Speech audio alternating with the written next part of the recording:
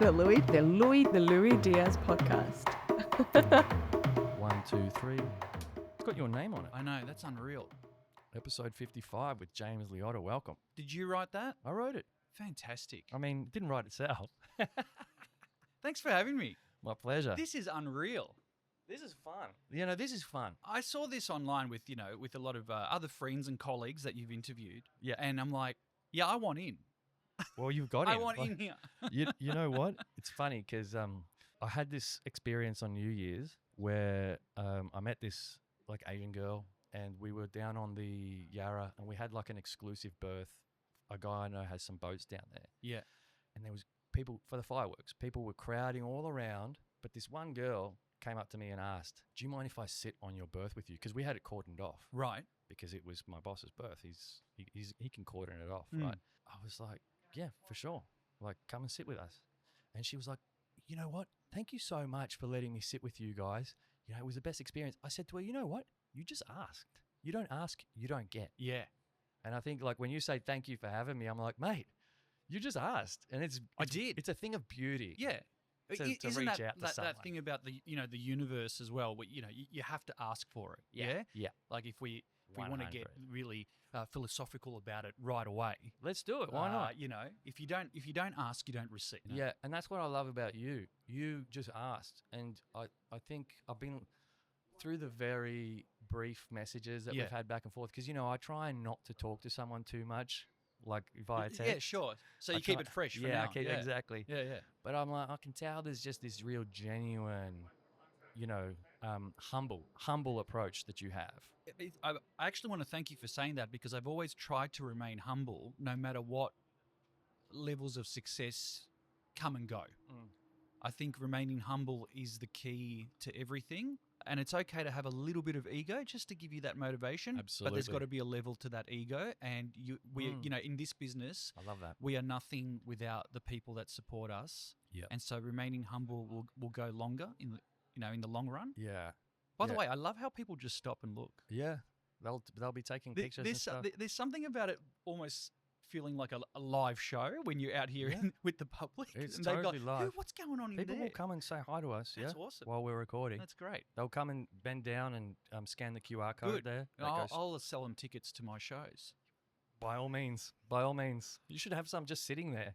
I should have thought about it. Yeah, I've been thinking I'll about... spruik it. Yeah, well, I've been thinking about printing out little signs for my guests, printing out little QR codes that takes people to their Instagram as well. I'm just like... That's nice. So much stuff to carry with me all the time and that's to think. And then every week I'm going to have to print out new signs. And it's like, how do I keep this That's production? a lot. That's a lot of work. That's a nice to have. Yeah. But yeah, look, I think... well, why don't you introduce yourself? That's probably a good thing. You know what other podcasters do? Yeah. Other podcasters go, okay, today I have my guest, James Liotta. Yep.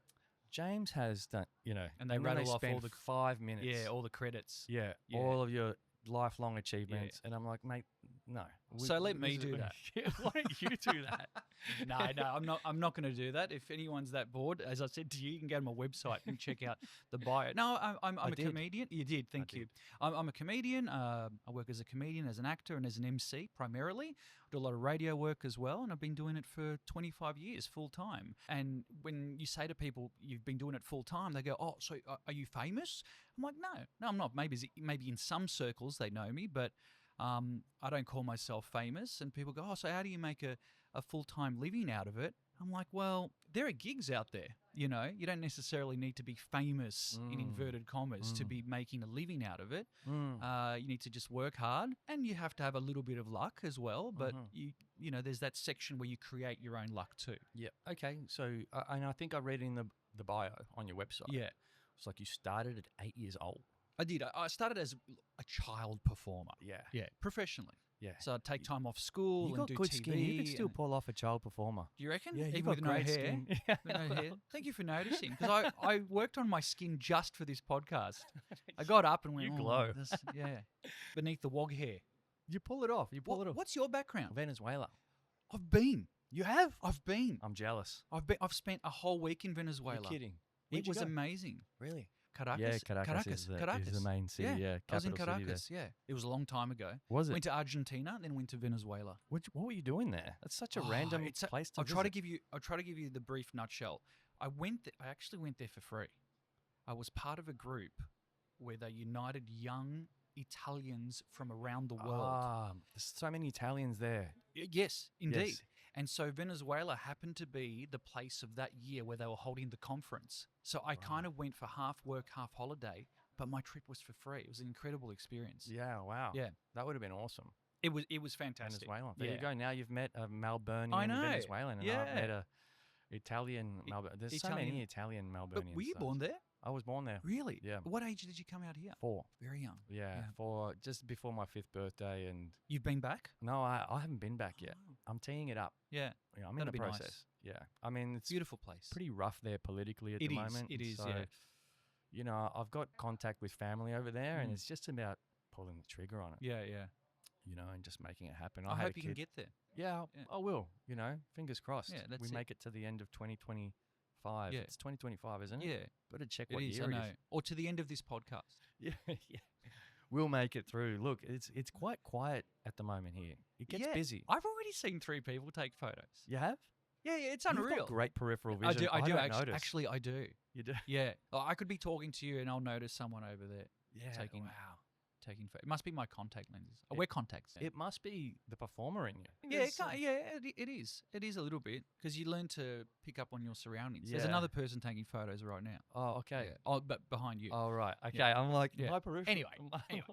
That's nor here nor there. Well, that's what happens. People will come and take photos, and yeah, like I said before, they'll say hello. But getting back to you, Sure. I'm interested in talking about your journey, obviously. And you were very brief with that, considering the length of your bio on your website. You were very brief with your introduction. Again, humble, I'll say. Humble. Yeah, I'm not going to go list all my, all credits and everything. I'm sure rather have stuff a will come up. Yeah, stuff will come up. Yeah. I've been in this and I've done that and I've been in. I do want to say, it's just silly. yeah, no, that's true, and I do like how humble you are. And I was reading through the bio, and I've got to say, I didn't get to the end, No, that's fine. It's long. That's why I Because- chucked it on the website. and it's not because I didn't care to. You didn't It's- go to page 10? No, I didn't go to page 10. It's not because I didn't care to. You know what? Oh, good. What happened was I got down past, I think, the first section, Yeah. and I got to this section that absolutely captivated me. Sure. It was the reviews from the wedding emceeing. I started reading the reviews from the wedding and there's only a emceeing. few. Yeah, It's like 5 or there's 5, and then there's another link where there's a whole bunch of other ones. But anyway, so Yeah, there's the there's ones that ones that appear, carousel the across. carousel ones, Yeah. and then there's like a link that goes to like hundreds of others. I didn't read all the hundreds of others. No, that's fine. You've got things to do. I think important things. those Zuccarellis or whoever. Yeah, they were, yeah, that's yeah. Yeah, I think Nice I family. read their review, and they were like, our parents were in tears. Our nonny was in stitches. Yeah. The And, grandparents. Yeah, I just honestly, it was that moment because I've been looking at a few of your things online, right? Yeah. And I'm like, oh yeah, comedian, does lots of, dare I say it, wog comedy. Yeah, no, absolutely. know. That's primarily I'm involved in the ethnic comedy scene. I do other stuff too, but there's a big focus on my Italian heritage with Yeah. my comedy. Yeah. Yeah, there is. You don't mind if I say wog No, comedy, do you? not at all. This isn't radio. No. This is my podcast. No. We You can say whatever it's the wog fuck we comedy, ethnic, whatever pleases you. I mean, in England you can't say the word wog. You You know can't? that? Yeah. No, very bad. Really? Yeah. I The, didn't know that. the word wog in England is like on par with the N word. Well, we're a colony, Yeah. so I know. It's on par. I've got to be careful around here. Hi guys. Hello. How are you? How are ya? What happened to your arm? You broke Oh, it. man. No good. Rough. Really? What were you doing? Climbing trees? Oh, are you going to get back on the bike soon or what? Yes, hopefully. Well, good luck, yeah? Awesome. Take care, man. Have a good one. That's unreal. It's cool. They just come and say hi, especially these Gen Z kids. They just, sometimes Well, they'll just be like, You know what though? no awareness. You must have an aura that it's very inviting. Like they're not afraid. Well, you know what? This keeps coming up, like Joe White said it. Yeah. Joe White was like, man, it's just your energy. Yeah. And Peter Somadelis, who's drawn all the love hearts around here and the Yeah. music notes, he says the same thing, and I appreciate that. It's nice. It's really nice. But yeah, I was reading the back to the reviews. Yeah. I was like, yeah. You know what it is about James Liotta? is that I feel from that moment I got the sense. It was all the other stuff too, but from that moment I was reading those reviews, I got the sense that you want to make every moment as special as you possibly can. Like wherever you're invited, whatever you want to do, Sure, yeah. someone's paying you a gig, Yeah. you just want to make it an exceptional experience. That's our Have I job. summed that up? Yeah, that's our job. That's guess it is. That's an entertainer's job. I You know, guess it is. you're doing it because Is it just because it's your job though? Because I felt like it's more than your job. I felt like it's your nature. Oh, definitely. Like being an entertainer of any sort, whether you're a singer or a comedian, whatever it is more than a job. It is something that's embedded in your blood a little bit, and it drives you. It's air for you. It's oxygen, you know, and you get a lot out of it. But you get a lot out of it for bringing pleasure to other people, and that's why in this business, without our audience, we are nothing. Yeah. And yes, you can love do that. stuff online, and that's fine. You can entertain online, no worries. But Yep. that's different to working with a live crowd of Yeah. any sort. You know, that's It's true. that's where you get the real buzz. You know, online is just a vehicle to get to do live shows. That's true. Yeah. You know, I also saw that it runs in your family as well. Your father Sebastiano. Yes, I pronounced very that good. Yes, you correctly? have. I Yes, you tried have. my best Yeah, there. Thank yeah. you. He did it as a hobby, as a performer and a playwright, particularly for the Italian community of Yeah. Australia. Yeah. So there's a strong link to your family and the Italian community. Yes, there is. There always has been. Yeah. And Where'd you grow up? Yeah, Northcote. yeah, so I grew up in my teenage years. I grew up in Northcote. Uh-huh. These days, I'm in a suburb called Mill Park, the northern suburbs, where all the Italians used to be. Oh, right. Now it's very Where'd they go? multicultural.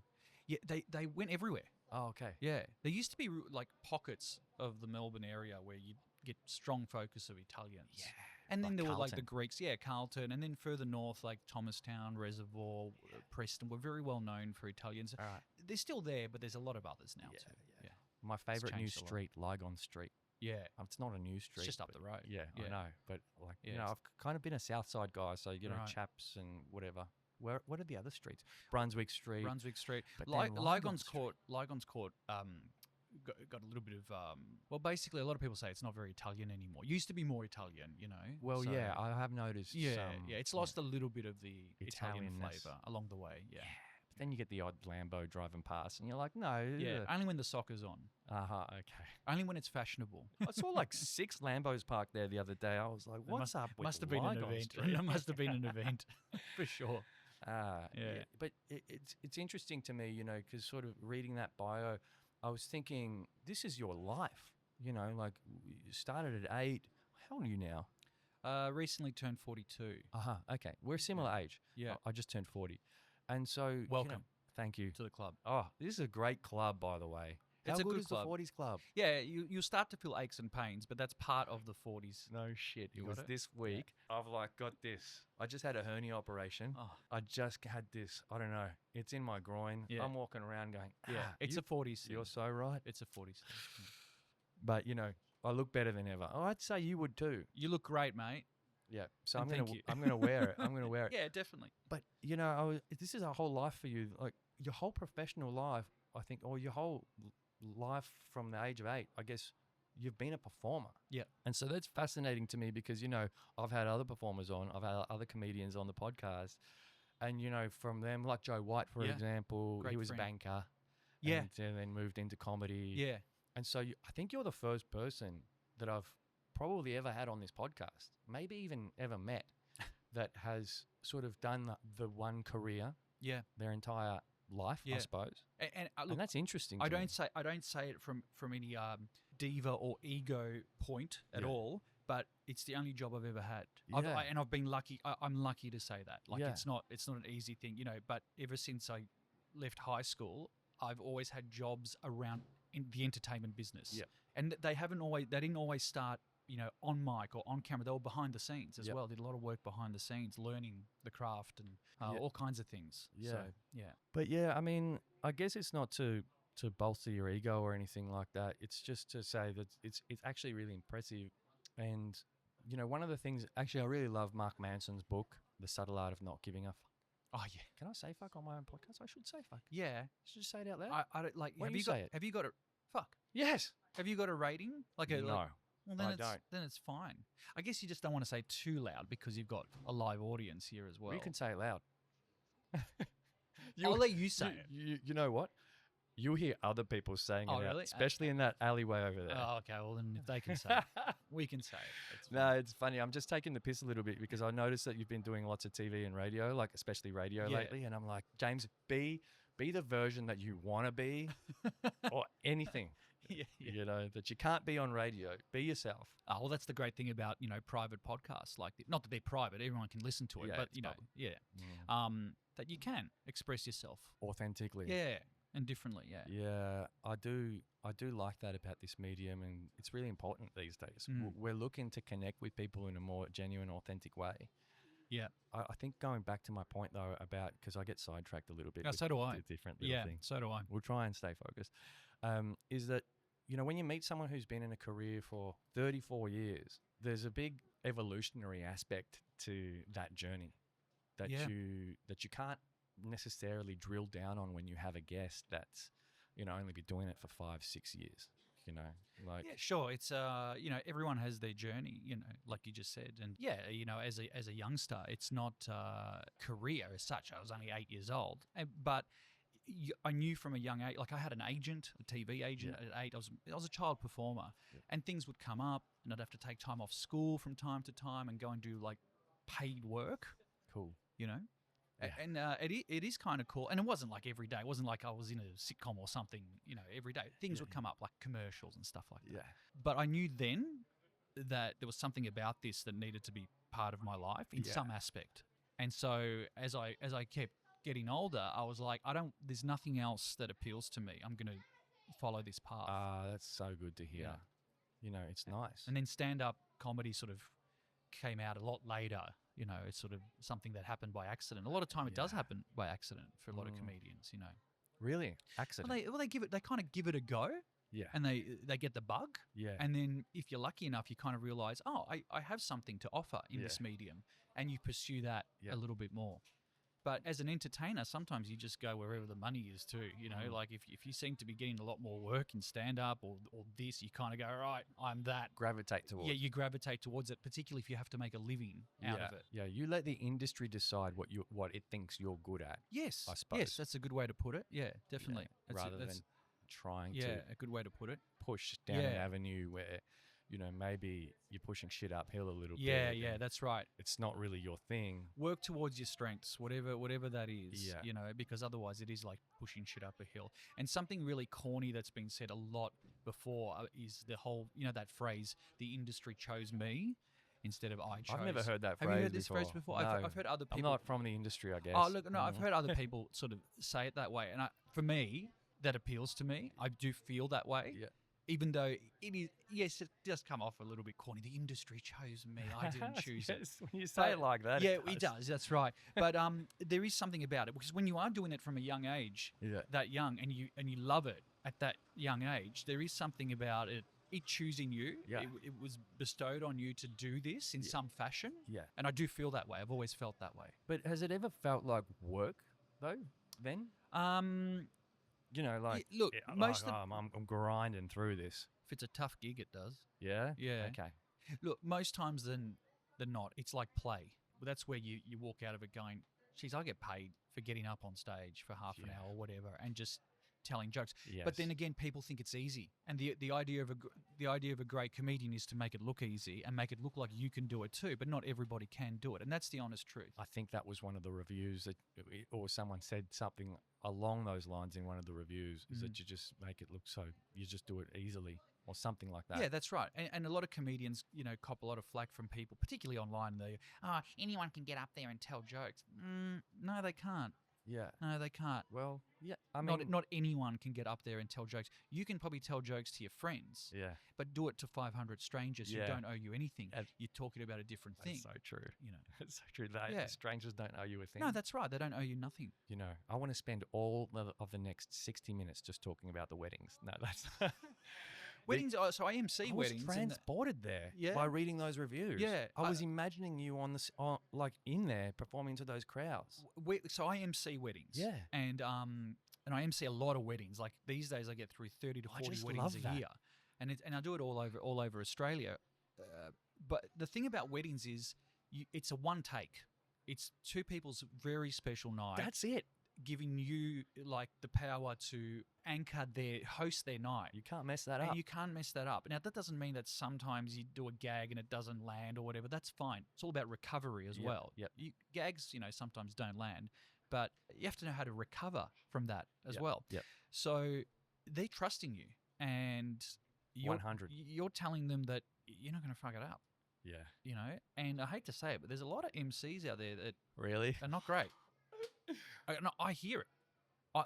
I hear it from guests that come up to me at weddings and go, "Oh, mate, I was at another wedding, the MC. Oh, total really? shocker. But you mate, you've been great." Oh, And I'm humbled when I hear that. Yeah, that's nice. And again, I don't say it from an ego perspective. sure. I'm just recounting the reality of it. That's all. you have to be honest, and you have to give yourself credit where it's due, and it's not even giving yourself credit. It's just talking about the credit others are giving you. That's fine. I wouldn't be doing 30 to 40 weddings a year if I wasn't successful in that area. Yeah. It's like one a week.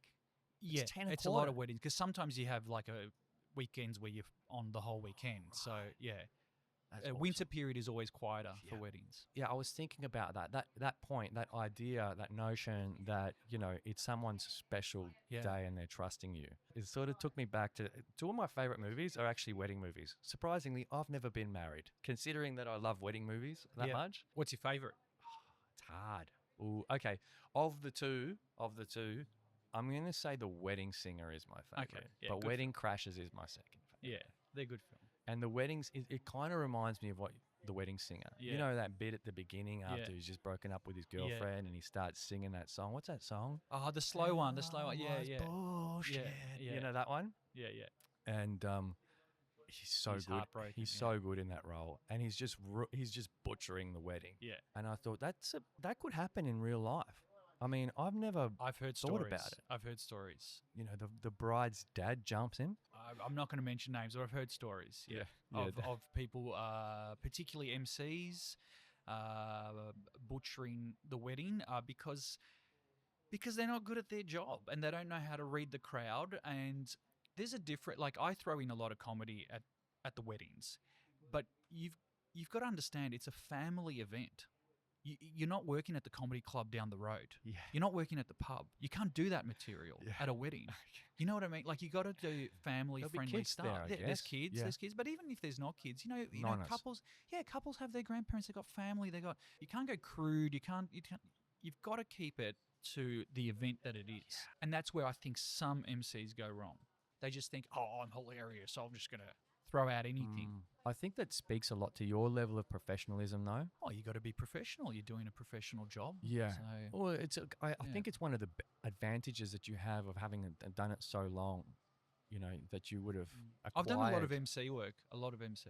Yeah. So- You would have acquired this kind of professional understanding, because I could imagine as one of those MCs, one of those others, you're like a wedding gig, rouse. Yeah. And then you're off. But one of the Yeah. things that you were credited for in one of those reviews was how you were constantly in touch a lot beforehand. A couple of the reviews, actually, not Yes, just one of them. yes, a couple indeed. of them were like, Yeah. he was checking in constantly and making sure everything was fine Yeah. and this and that. And I was like, okay, that's a great experience. Yeah, that because- goes back to my point about how I feel like you want to make everything Of a course. special experience. Of course, 'cause- That's not just. That's in your personality. That's not It just is. about your job. You know what I mean? Yeah. I'm trying to hone in on a point here. Yeah. It's like, Part of the job is to actually, part of the MC's job at a wedding, specifically to weddings, if you are a professional MC, Yeah. you should have involvement in how the structure of the night goes. Mm-hmm. Of course, your bride and groom are the final bosses. It's their night, so whatever Final whatever they boss, want I to do, like that. whatever they want to do at the end, your job is to make it work. Yeah. But if you're a professional MC, you can also have some say and give options and advice to how the night should run after you've done it for so long. So I do help with the scheduling. We have meetings beforehand. I sit with them. I have templates they need to complete for information. Really? Yeah, it's not just rocking up on the night, right, what do we do? Oh, and off I go. No.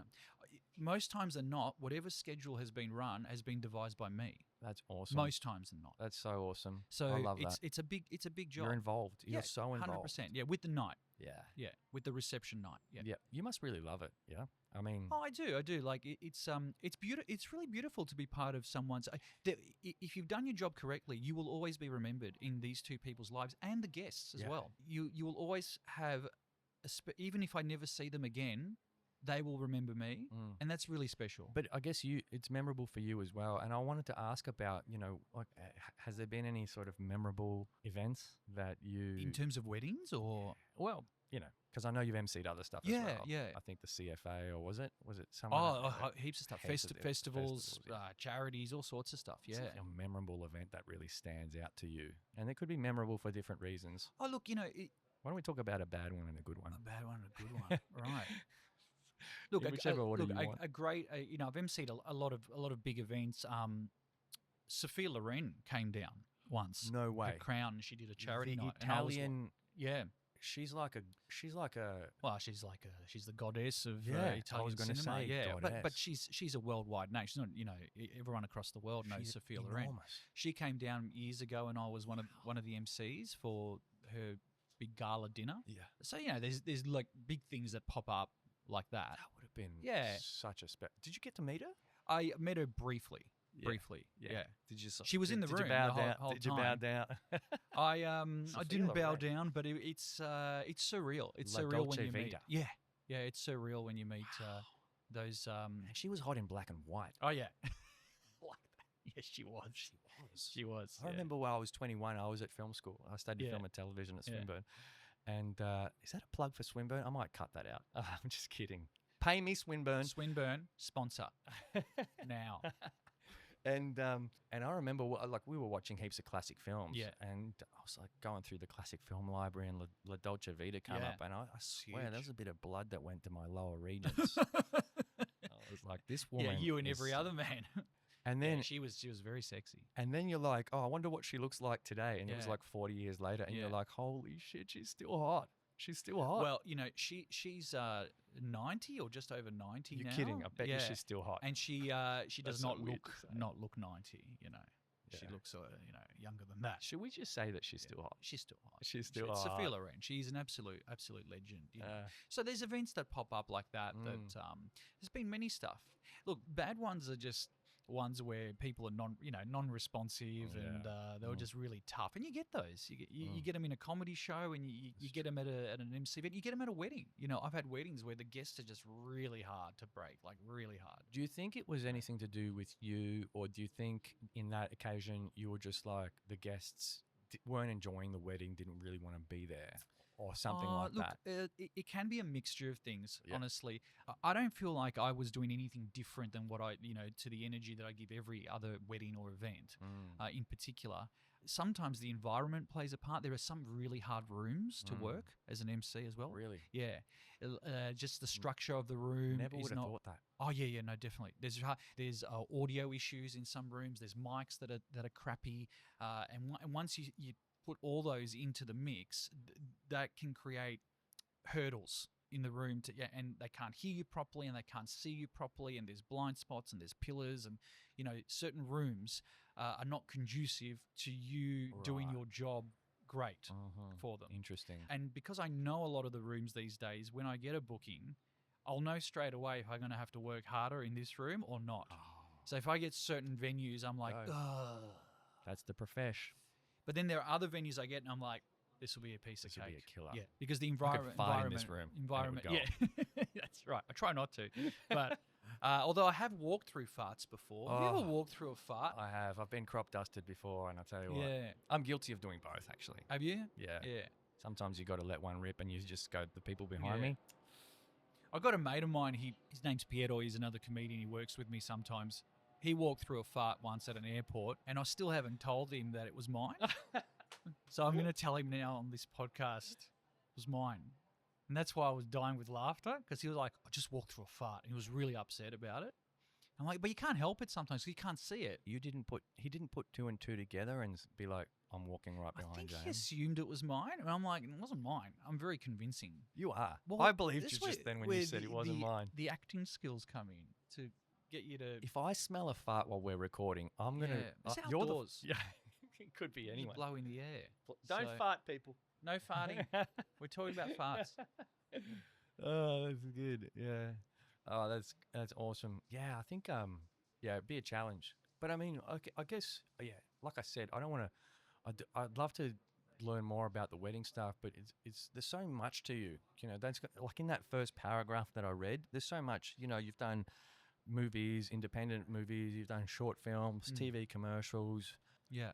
Is Yeah, there's there been a bit of stuff, yeah. what's the favorite? Like, what I mean, what do you love doing? Like, what's your favorite thing to do when you get up in the Yeah. morning, right? Yeah. And I don't know what your routine is. Yeah. I'll tell you. You walk into the bathroom Yeah. and look straight in the mirror and go, I piss excellence. Yeah. No, you No. don't. You don't do that. No, I wake up, I go straight to my phone, and I see if there's any ticket sales that have been there for my shows overnight. Because it's such a hustle.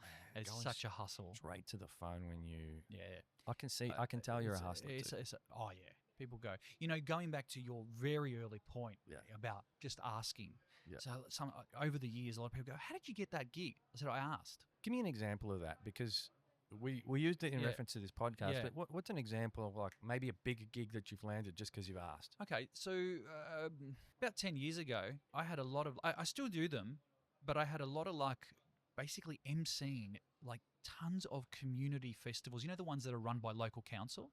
Like they've always done a festival, they've got a main stage, they need an MC. And I was doing I still do them, but not as many, but I was doing lots and lots of them. And people will ask me, how did you get that? I said, I called them. I introduced myself. I called them. I said, are you looking for an MC? And they said, yeah, send us your details, send us your quotes. And I'm like, you've got to put in the work at the start. Now, the reason, what changes is that all of a sudden you get the calls and you stop calling. Yeah, Because the they name remember is you spreading from and they last remember year. you and they go, we'll get guess. him back, Yeah. blah, blah, blah, et cetera, et cetera. That's So, brilliant. but you got to put in the work. If people don't know about you or don't know you, you're not going to get any work. First, they've got to know you. Then they've got to give you a go. And then you've got to do a good job. If you do a good job, you'll be on that list. There's 3 steps. 3 steps. And the first step is always getting out there and introducing yourself. Back then, it was like literally almost like cold calling. I'd call the council. I go, can I speak to the festival department? I know you've got the Glenroy Festival in. So are you looking for an MC? Oh, what have you done? I've done a bit of this, done a bit. Oh, great. Well, send us your details. And There's you so go, much how do you do value it? But you've got to do it. Yeah. Well, what am I going to do? Sit by the computer and go, I'm an MC. I hope they call me, but they don't know anything about me. That's so true. I mean, you're not going to get any work. Yeah, I work in recruitment during the week. Yeah. And it's interesting. It's just like listening to you talk just makes so much sense, especially about this. Yeah, you got to hustle, put in the work.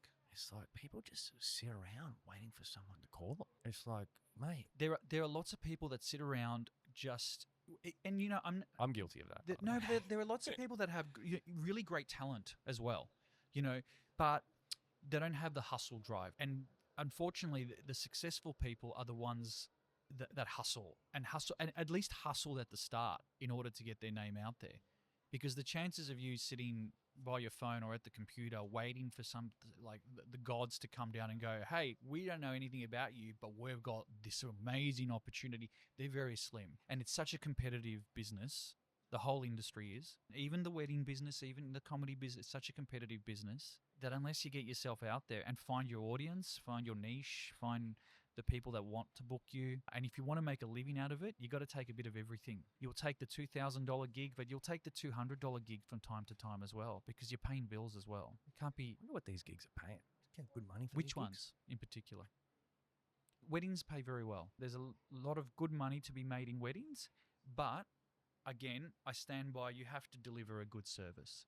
Because if I'm charging a decent amount of money to MC a wedding, look, I'm not. You'd be I'll good. I'll be honest with you. I think you'd be great. I'm not in the cheap scale of MCs for weddings.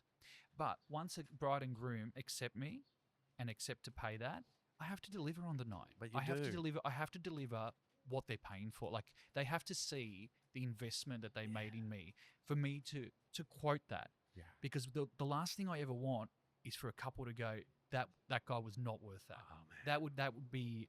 I'd give money back. You if had someone said that to you've me. had nonnies in know. stitches. yeah. Investment. Italian ones.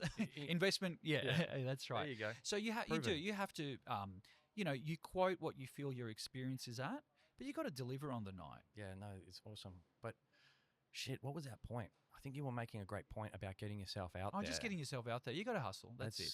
That's a Yeah, what's the job? The job is 50% hustling. Even to sell tickets. true. Even just to sell tickets to a show. I hustle like you have no idea.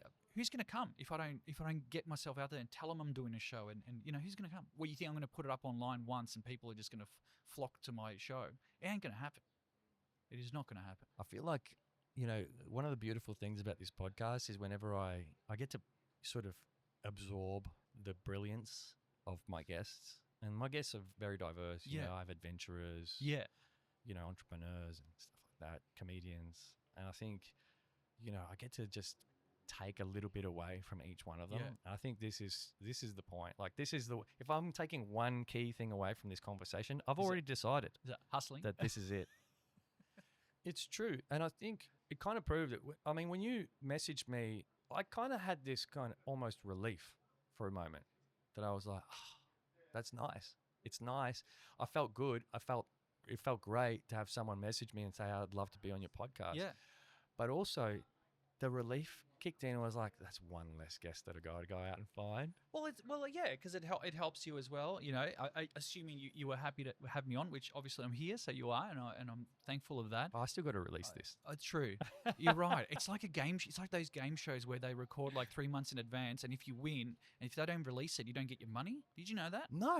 On game shows. What? Yeah, on game shows. What? Yeah, if you win or win any money, and I know because I've won $250 on Deal or No Deal, but if it doesn't go to air, you don't get your money. What? So let's say you win the jackpot on a game show. That game show has been recorded like 2-3 months before. It's cheating. If they can the show and your episode doesn't make it on air, you don't get the money. I didn't need anything else to turn me off regular mainstream media, Now it has. but that's the last straw. Yeah. There's no way. I'm picturing like you've studied encyclopedias. You're Yeah. You're sitting in front of Eddie Maguire Yeah. for an hour answering these Yeah. questions. Let's just say you make it to $500,000 bucks. I used to do audience warm up for Hot Seat. Did? Yeah, as a fill-in audience. Yeah. So many Yeah, gigs. and you make a million, and you They don't air it. and they don't air it. You don't get the money. I'm so that's so disappointing to hear. Yeah. That's really bad. It is bad. At But least Mr. Beast delivers. that's true. Shout out to Mr. Beast. Mr. B, He gives people Lambos. Give us a Lambo. We're right here. Right here. Sorry, back to your original point. I contacted you because I saw my friends and colleagues like Joe White and Ashley Fieserme, who I've worked with extensively before, amazing guys. And I went, that looks like fun. And also this environment, not being your traditional studio kind of look, I'm like, this looks cool. It looks cool. I'd love to have a chat. It feels cool. It's fun. Are you having fun so far? I am. It's Yeah, great. so far so good. Yeah. Hey, listen. While we're talking about fun, you've spotted something, haven't yeah. you? Well, I didn't have Yeah. breakfast. So you said to me, if you're going to come on my podcast, you got to bring. Did I phrase it like that? Nah, not with that kind of attitude. But all right. Sauce it up a little. Go on. Okay. So you said you've got to bring me something, and you said if it's food, even better. So I decided say I that. decided to go with food and bring you something traditional, because we have spoken a little bit about my Italian heritage. Yeah. During Christmas, Yeah. Italians like to gift each other these little, not little ones. They gift each other the bigger version of this. This is can I show it to the camera? Yeah, show it to the camera. This is a panettone. It's called a panettone. Yes. And it's a small, basically a small cake. But usually they're much larger ones. These are the cute versions, the small ones. The miniature. Yeah. Mini-me's. And we eat like just tons of these through the whole Christmas period. Yeah. And we gift them to each other as well. This is how the Italians put on their Christmas kilos. Absolutely. Absolutely. And now, there are many different flavors of these. There's ones with chocolate, ones with little fruit, dried fruit. I think this is a dried fruit one, which is a very traditional version. So and you can eat it here if you want. I'm gifting one for, see, I brought one for myself as well, because I wasn't sure if we were going to share it together. Scoff them in, like, scoff them on camera. Yeah, this is such a, thank you, James. No, that's all right. This is, go on. No, tell me. No, I was just going to say, like, because I know that you introduced it with a bit of sauce, and I was like, if you're going to come on my podcast. It wasn't like that. But it doesn't matter. It doesn't matter. Like, let's just say it was like that. Yeah. You know, the wonderful thing about this kind of idea of having my guest bring something along is the surprise element and the stories that come from it. And it's fun. Like, it yeah, absolutely. gives you something to kind of lead as well, I suppose. So, So you're not just a guest. You're part of the show. Like you are. oh, thank you. You are the show. Thank you very much. So these, as I said, these come in a bigger format, right? Yeah. That you share with the family. Can I open it? Yeah, of How course. do I At open the it bottom. safely? For 3 days, I think I got through 3 of the big ones by myself, just at home, like a little bit every morning. I'm not You even. sound like me. I'm not even joking. Like me when I'll buy a whole packet of Oreos and just smash it. Yeah, and just smash it. Yeah. So that's it. And You then I'll open go it from buy the another. bottom, right? Yeah. And that's what they There we look go. like. And they've got a little bit of paper around them, I but think they're I've just had one of they're these just before. a sweet cake. I'm absolutely going to smash this. Shall we right open here. it? Yeah. Yeah. Is there like a tour or something happening? Is that what there's they a do? tour. I'll wave to her. She was like, "Should I leave?" I So was you're like, part "No, of you're just-" part of the tour. I guess I am. They go, and to the left we have The Louis Diaz podcast. yeah. Catch it live on Spotify and YouTube. Do it now. Now these go down really well with a little bit of coffee as well. So Someone buy us a coffee. Yeah. Anyone got a coffee? I'm gonna go- I had my coffee already. me too. Go from the other side if it doesn't. Other Yeah, side. just go the other side. Yeah. Don't eat the paper. This is going to expose my lack of being able to open things. Oh, there we go. Don't eat the paper. Don't eat the paper. Thank you. I needed that. Rip the paper The off. child-proof warning. And then you can just you don't have to eat it like a burger. You can just pick at it. Smells good. It smells Yeah. like raisin toast. It's like raisin bread. Yes, that would be quite close. Yeah. Like it smells Yeah. sweet. Yeah. You just pick at it. Some are softer than others. Oh god, that's good. That's Some can be a bit dry. well. I'm looking at your face. It's a and bit dry. Is it? To me, it's a bit dry. Because you're the expert, but I'm Yeah. thinking this is really nice. This is good. It'll soften up. I've in your had mouth, drier. but I've had drier. and but that's where the coffee comes in handy because Italians like to dip it. Really? Yeah, In the coffee? Yeah, can dip it in a bit of coffee. Yeah, absolutely. Probably would go good with a coffee dip. Yeah, definitely. What's And, it called again? So it's a panettone. Panettone. Panettone. Can I say it like that? Yeah, panettone. Panettone. Yeah, that's it. And I like it. Yeah, that's it. So that's what I've decided to bring Oh, you. you're a legend. Because So I good. almost wanted to bring you to cannoli, but the thing is, the weather is so hot today. I was thinking that. I reckon they were just going to melt between me getting from the car to here, and I'm like, I can't bring in melted cannoli. That would have been like special fresh cannolis because I reckon Yeah, I would've I've got 'em seen at cannolis Brunetti's. in Yeah. shops Yeah, that wouldn't melt on a 45-degree yeah. day. You And know? I'm like, and then like if they were just sort of here for halfway through the chat, they would melt. Yeah. Not the shell, but the inside would melt. yeah. Yeah. What's the cannoli made of? What is it? Is it custard? You can put all kinds of fillings into it. Yeah. Now I'm going to talk with my mouth full. That's cool. It's part of the charm. Part of the is this charming? Yeah, so you can fill it with custard. You can fill it with traditionally Sicilian cannoli are filled with ricotta. Mhm. That's the big one. Mm. Chocolate. Ricotta. People make all sorts of fillings now. Mm. Vanilla, pistachio, all sorts of stuff. Panettone. This is so special. You know, I think I just had a moment actually. I just had a moment just then. What happened It in was the moment? It was like my memory, it was like my brain was going, don't ever forget this part of the journey no matter where you end up. That you had panettone? That This specific moment right now. Mate, this it's exact good. moment. We didn't even cheers. we didn't. Cheers. Two panettones. Whatever happens, wherever you go with this, don't ever forget this moment. You know, where the tour guide's talking, and It's true, you're yeah. eating panettone with It's James amazing. Liotta, And it's 30 degrees. and it's I mean, we're lucky. We're in the shade. We are, which is really, I'm thankful That's of that. why I brought you here early. 'Cause Yeah. the sun does come. Yeah, in. yeah. With Ashley's episode, Was it yeah, belting down with sun? I was like, dude, we got to go. Hey, what are some of the other things people have brought you to? Well, I'm only just started doing that. So, am I the first? Ooh. You're the inaugural bringer-ringerer. I hope they bring in better stuff than panettone. They might, We'll but see what happens. this one will always be special because you're the first. The first. You know what happened? It was that episode with Ashley where, for reasons that we don't need to discuss, we had to re-record, and I said to him, all right, it's going to be Christmas.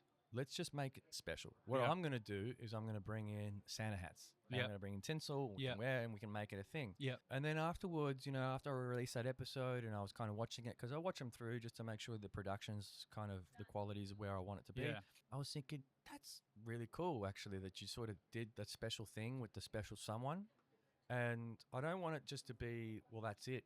till next Christmas or Easter or whatever it Yeah. is where I decide to dress up again. How Yeah. about we make every episode special? Something special, yeah. And how about I let my guests drive what that special is? And so, yeah, that's kind of where the idea came in. And I only recorded with him less than a month ago. Yeah, So that's why this idea is pretty fresh. fantastic. I'm glad you like it. Can you just check the recording now, just to make sure that we are recording? We're 100% recording. Oh, you mate, You scared me. I just shat myself. You just there. scared me. No, it wasn't because I wasn't recording. That's fine. We don't need to But- get into it. But honestly, I have done that before. I've realized 10 minutes in that I didn't press record. It does happen. And that's why, especially when you came in, or I was like, let's do this. I was like, whoa, let's not talk. Because I've got to remember my game face is making sure I press these 2 record buttons. I've done it before, just filming comedy sketches at home on the phone, and I've done the whole thing through, and then I've gone to switch it off, and I've realised I'm switching it on. I haven't pressed record. Like 15 minutes. Yeah, later. or I've gotten through to the editing phase and gone, "Where's that take?" Never recorded it. It's Have really you ever done annoying. that live before though, where you've gone, I forgot to show up to. Oh, I had a At a gig. No, I've never missed a gig. I don't think you'd be that not as in I've never not shown up to a gig. Sure, things have come up before where for whatever reason, usually it's something pretty big to not go and do a gig, but no, not just for the hell of it. What's this t-shirt you're wearing, by the way? It's from Connor. They're not sponsoring, but they Oh. should. I have no idea. What does it say? I got it the other day. Arizona Phoenix. I just wanted a black T-shirt. Arizona Phoenix. I don't know. I don't even know what that is. Is that a brand? I don't know. It just says Phoenix, Arizona, or No. Arizona Phoenix. I've always wanted to go to Phoenix, Oh, Arizona. really? Yeah, the Arizona desert. No, I don't even know what it said. I love deserts. Do you? Yeah, I just love how arid they are and how peaceful they are. Imagine you recorded a podcast from I the would desert. love to do that. When you go to the desert next, Uluru. take all of this, put that on the rock. That'd be freakishly cool. Put that on the rock. Imagine the environment there recording a podcast episode from Uluru. Uluru. Dream big. Uluru. I reckon it would look cooler from that campsite that I stayed in when I was 16. We went to camp. School camp Yeah. was to go to Uluru. Did you Yeah. have that? We did camping, but we never went to Uluru. No. So we went all the way up to Alice Springs actually. Mm-hmm. And on the way we stopped in Uluru and we stayed at the campground there, and the campground's beautiful because it has this perfect view of Uluru, formerly known as Ayers Rock, right? And it's just, I reckon that would be the perfect spot. I've still got this photo with the sun setting, the sky's sort of orange and purple. You know what? Just do it with AI. So true. And do it with AI or do it with a You know what? green I'm going to screen. superimpose Yeah. us into Uluru. Yeah. Let's go. We went to Uluru to record the podcast. You can do anything with AI. How am I going to get rid of the homeless people walking past with their trolleys? Leave them. They're there. We took them with us. Right, everyone. Uluru has a homelessness problem. We took them. They're with us. That's funny. But yeah, I don't want to glaze past that point before. I had a moment. I had a snapshot. My brain had a snapshot of like, this is special. This moment's special. So thank you for making it special. Thank you. I'm glad you. My panettone is going down really good. No, we're all eating on camera. How many have you had today? Be honest. Honestly, that's Did you my bring first. us two? No, that's my first. That's my first. Look, I got to tell you, we have too much panettone, the Italians, during Christmas. They are tasty, but they're not healthy by any stretch. They are not healthy at all. It doesn't seem unhealthy. That's because it's sweet and it goes down nicely. You're essentially eating butter. I'm being, yeah. It's as healthy as a croissant, which is not healthy, but so delicious. It's like the Just Italian butter, croissant. just butter, folded into butter. Heart attack. Yep. But going back to my point, I Yes. think about, having that snapshot of like, this is a special moment. Over the last 34 years, since you did your first performance as, were you in Cinderella? Was that it? In a school play, yeah, played the prince. Yeah, I did all the school plays. Yeah. I went in high school. I did all the musicals. Then in year 12, our drama teacher was leaving, and that drama teacher was the one that took care of the school musical. And there was going to be no school musical, so I went to the principal, and I said, "Give me the job to produce it and direct it." You've had this And he go get a drive. Yeah, and he did, early. and he said, "All right, I'll put a teacher liaison with you, but you'll be the driving force of putting the school musical together." Yep. And I did it successfully, when I finished year 12, I went back and I said, will you pay me to come back to the school and do just that? And he goes, all right. So I went back after year 12 and had a little office in the library, actually, as the school musical director. And all of a sudden, I went from student to staff member in my own high school, which was a real surreal kind of thing. Especially so close to after having graduated. Yeah, It's like kinda straight after. So not for the whole year because it doesn't take the whole year, but for a good period. I think it was about 7 months. I was at the school. Can we wear these as little hats? You could, but you might get a bit of panettone through your hair. Probably. But that's the beauty about it. Does having my own podcast. Yeah, you can do whatever you want. Exactly. Yeah, it's yours. You can wear it as a little hat. This was I so can't. good. I look destroyed mine. This was so good. I'm glad you Thank enjoyed you. it. No, that's all Thank right. you. No worries. But wow, just listening to you talk about that, it's like this. That's how much I loved it, basically. And I Yeah. wasn't paid a lot of money. They gave me a flat fee to do the job the following year, and I said, yeah, that's fine. So I ran the whole thing. But I at the directed time, it, ran the whole thing. I'm sure at the time it would have been good money. It would have been. Oh, like, you know what? Look, at the time, you would have been like, at the time, it was "Damn, like, yeah, look, the money was okay, but it wasn't, pay me extraordinary. to do something I love. Yeah, straight away. It wasn't extraordinary, but it was enough to do the job. It was interesting though because staff members were like, "Didn't you graduate?" I'm like, "Yeah, but What are you I'm doing not back back as a here?" student. I'm back as a staff member." And they're like, And they then can't send you and to then- detention now. And then like, no yeah, detention for James yeah, now. none. I couldn't give any out either because I wasn't a teacher. I was a staff member, but not a teacher, obviously. But it was my job to produce it and run the rehearsals and everything that it takes to put a school musical together. Yep. And it was great. I Have really you been loved it. involved in anything like that recently? Like, has School anyone musical? asked you to go, hey, James, can you give us a hand with this school thing? No, not Like school. any family members have gone, hey, Oh, no, you've no. got special skills. Mm. You've got performing Not skills." school musicals, no. For 15 years, I went into schools and performed shows with another colleague of mine. For 15 years, we did that. Schools all around Victoria, all around Melbourne, and into South Australia. And we used to be like a travelling incursion touring company. So, which was good fun, but it took its toll, but it's good fun. It was good fun. Was it just the amount of travelling you were doing? No, it was the kids. They Don't work with children or animals, people. Kids have changed, like along the journey. Kids have changed. They used to know how to be an audience. Little ones in particular, like prep to 2, the worst. They are by far the worst audience these days. Not a long time ago, they were lovely. Now they are mental, and when they get together, even more mental. Wow. Yeah, I believe it. Yeah. I believe it. I've written a children's book Yeah, and had to, well, I didn't guess I had to, but I was invited to go to a couple of preschools and schools yeah. to read the book. And I very quickly found out that I didn't want to be a children's book author. Because of what the I mean? audience. Yeah. I was like, oh, that's right. I wanted to write this book for my daughter. Yeah. That's not wanting to be a children's book author. Those are two different things. That's true. And so, you don't realize that at first. You're Yeah. like, I'm going to write a book for my daughter. I'm going to be a children's book author. Yeah. And then, you publish it. You go to the schools. You're in front of the kids, and the kids are like mental, as you put it. Yeah. And I'm like, oh, fuck, I'm not cut out for this. I'm not cut out for this at all. Yeah. I can't do this. They are. They're mental.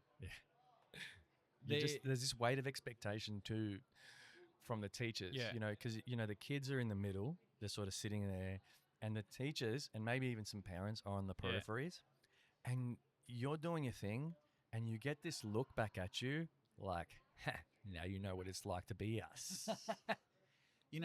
Teachers, thankless job. Teachers do it tough. I mean, the whole thing Thankless about the kids these days, they're out of control. Even primary school kids, they're out of control. Teachers last in the job 5 years these days before they leave, and they're like, no, I can't. I just too much stress. And I'll tell you something else that's interesting about kids and performing to kids, particularly in schools. Yeah. Is that I was going in doing comedy shows, and Right, at schools. like Kid-friendly material. Yeah.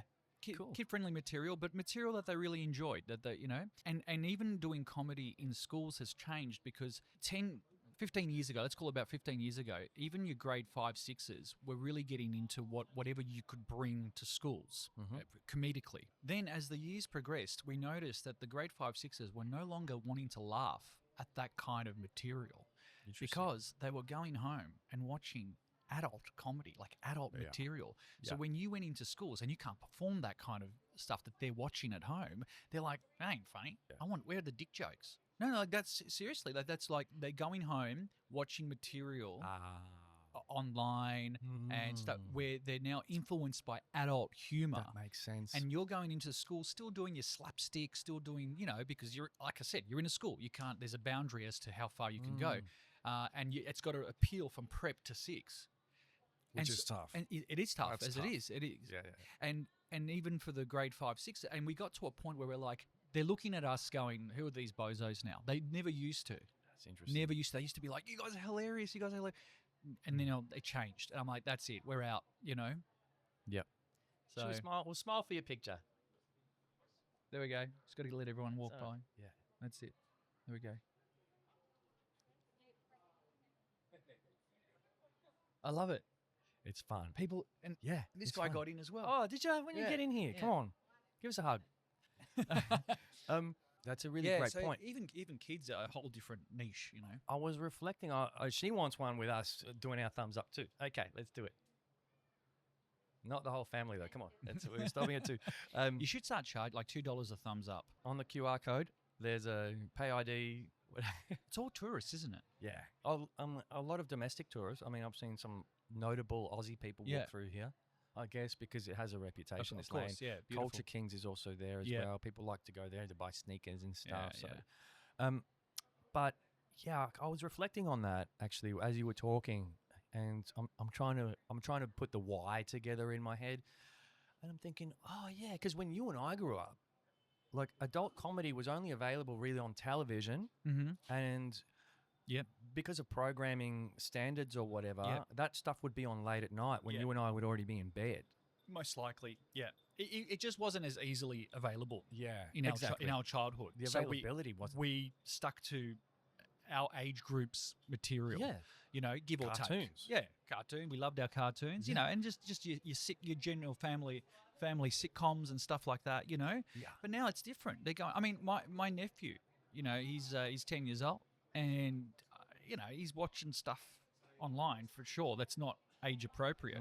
Then they go to school, and you got these 2 guys who come in and clowning around with you. It's like they're like, that's not for them anymore. Yeah. That's not for them.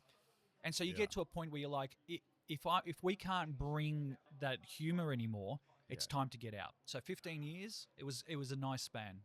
Yeah. It was good while it lasted. Yeah. Yeah. It's kind of sad to me to hear that though. It kind of breaks my heart a little In some bit. ways, yes, because The they're too innocence of young. childhood. Yeah, they're too young at grade 5, 6s to be wanting dick jokes. You're losing your Yeah. innocence too early. Yeah.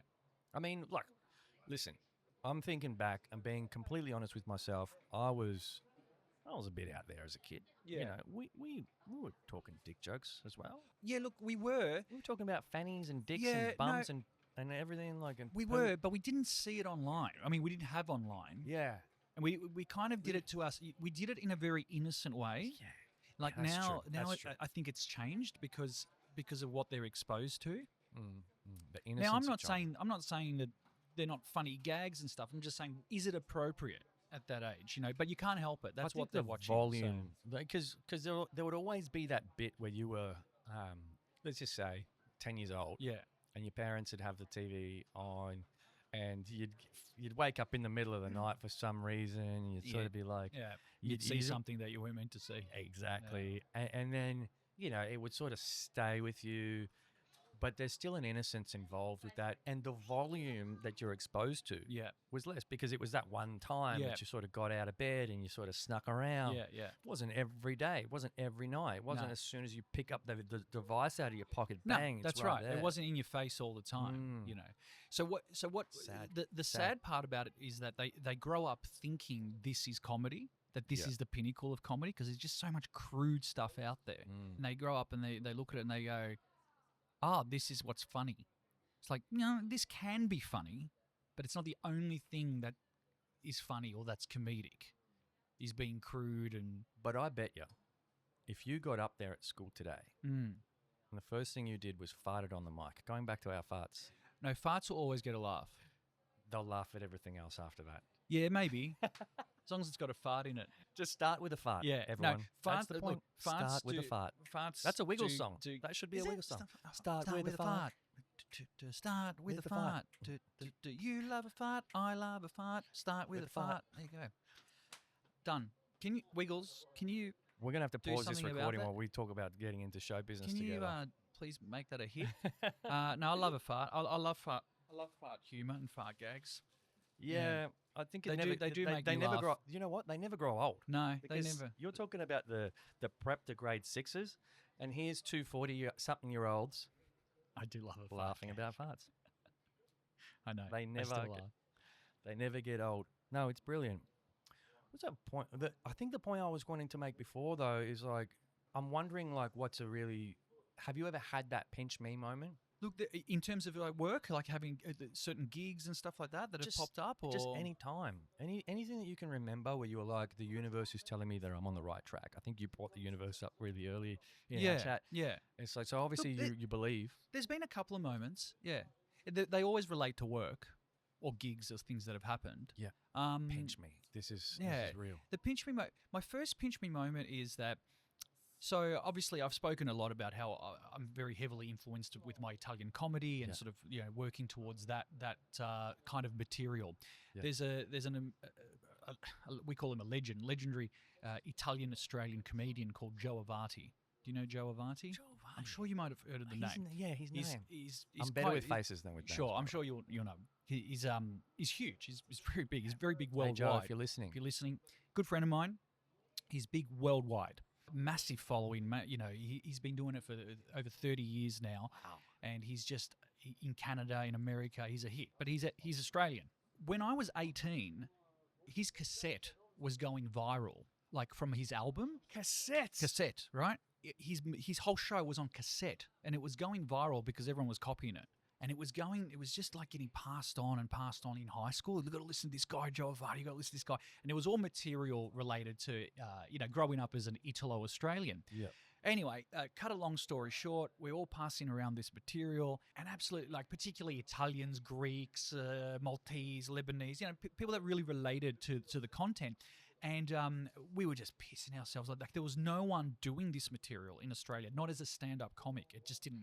He was the only one. And I already had the bug for performing. Fast forward, might have been maybe 10, 15 years later, I worked hard at being involved in that style of comedy. And I ended up landing like a meeting with him, you know, like a face-to-face kind of like, let's have a chat kind of thing. See if we can team up. Fast forward from there, he then took me on tour for like 40 shows around Australia, an Australian tour, as his support act, as an opener. Yeah. And that was my first pinch me moment, because I had grown up listening to this guy, and he's a good mate of mine now. On cassette? Yeah, on cassette, yeah. And he's a great friend now, but even when I was touring with him, you know, our friendship was growing, but I still saw him as a, you know, like, I can't believe I'm on the poster with Joe Avati. Like, this is the guy that we used to listen to with my mates. And so I owe a great deal of appreciation and respect to Joe for, you know, helping me get my name around Australia. So that was a pinch me moment. But, you know, like, it was a pinch me moment, but I also settled into it quite nicely, you know. And then I went on to do other shows with Joe from time to time, you know, support roles and stuff like that. Yeah. And then TV-wise, a couple of years ago, Fat Pizza came back. The Fat Pizza series that used to be on SBS. Yeah, that's been around for a long time. Yeah, but it had a huge break as well, like in the middle, you know. Yeah. And so after 20 years, it had a 20-year break. I used to watch it back in the day. Yeah, when it was on SBS. 20 years old. Yeah, that's right. I was like 18, 19, and I used to call my agent, because it's always filmed in Sydney. I used to call my agent and said, can you get me an audition for something? I mean, I'm appropriate for this. And it just never happened. It just didn't go anywhere. Right. Couldn't get an audition. Couldn't get in at all. I'm like, that's a shame, because like I've got stuff to offer. Like these guys. Like, you know, I can do this stuff. Feel the vibe. Anyway, and you let it go, and then the show finishes and all sorts of stuff. Then it comes back after 20 years. And again, by chance, by working hard, by getting to know people, by touring, by working in that field of comedy, which we're calling ethnic or WOG comedy or whatever, I got to know the creator, Paulie Fennick, and he gave me a role. He cast me. He cast me in the show as a support lead. Wow. And so I ended up doing 2 seasons of the new Fat Pizza. as a support lead, and then he cast me in his other new show called Local Council. Yeah. So he gave me another role. So they're pinch me moments because they were things that as a young kid I really had a dream of being involved with or wanting to work with or being able to call a friend. Someone singing? Yeah. Oh, this guy. Okay, cool. All right, we've got a backing track. Got a good as well. voice. He's got a nice voice. To be fair, you've got a good voice. It's amplified by the microphone. So yeah, a couple of quick pinch me moments there, you know. And I'm trying to keep the story brief because I'm not going to go on and on. Well, I mean, you can go as long as you like. We don't have I any don't- commercials to No, cut to. we don't. I don't want to drain it. But, you know, there are pinch me moments when you kind of go, I could have never imagined at 18 that at that time, listening to this comedian called Joe Avati, who was already a huge success, that I would ever not work with him and be able to call him a mate, like to call, you know, I can call him, what, you know what I mean? It's just not, you can't imagine it. I love that. Yeah, and I love those moments. Yeah. So there are a couple of little pinch me moments, and then along the way you have others where you're really humbled and grateful for receiving a certain gig or getting a certain opportunity, things like that. I think that's the thing about you that I've really come to learn, appreciate, and enjoy, like in our short time interacting together. But even just in the small amount of research I did on you, was that I could sense, like I said before, the humility, but I could also sense the gratitude. Here we go. Temple, how are you, brother? Hello, mate. You too. Ah, so do you, Temps. Talk to you soon. You know that guy? Yeah. We did episode 52 together. Oh, really? Temps is responsible for the Love Hearts. Oh, that's him music that you were notes, talking about. Oh, Yeah. okay, cool. He comes cool. and says hello often. Excellent. Now. Excellent. I think he just wants in on camera. He loves being on camera. He loves it. And you know what? He's good on it. He's charismatic. He has a beautiful smile. He's got a great spirit, actually. And I think, like to your point earlier, I'm attracting people with good spirits. You are.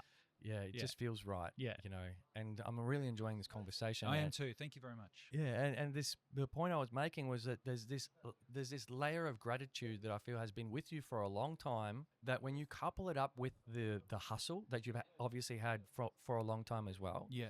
You know, since I think your earliest hustle moment that you've talked about today was asking the school if they'd pay you to do the drama show. No one has the balls to do that. No one has the guts to just ask It's for an that. it's an odd question to go, I want to see the principal, and go, hey, would you pay me to come back? Yeah, it's an odd question. Yeah. Yeah. But when you couple that level, And who wants to go back to their school as well? Sorry to No. interrupt, but who Well, wants that's to go fine. back? That's a good You point. know, who wants to be back in the environment of their school a year after year 12? I went You know, back to my school a year after year 12, and I just was like, yeah, I don't miss this at all.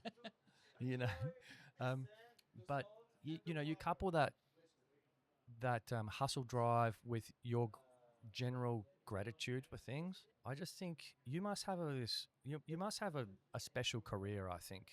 thank you. That's very kind. That's very kind. You must be very satisfied with where you are. Well, that's an interesting one. I don't think any entertainer is ever satisfied with where they are, to be honest. Okay. Yeah, I'm I think obviously there's always asking assumptive questions. Yeah, well, there's always a dream to do more, to have more. I'm not talking financially. I'm talking opportunity. You know, there's always a dream to do more, to do bigger things. Feels like all you need to do is dream it, and it happens eventually. We keep dreaming, absolutely. You can't lose the dream. You've had your pinch me moments. You were listening to the cassette. I had about a couple. Now you're on, like, you know, call terms. You're buddies with. I am. You wanted to be on the show. You made it onto the show. Like, you know, what am I missing here? Oh no, it's fantastic. It's fantastic. But every opportunity also has its lifespan. Yeah. Where's the next one? You know, where do you go from there? You know, you've got to do other things, new things, maybe bigger things. You know, or whatever it is.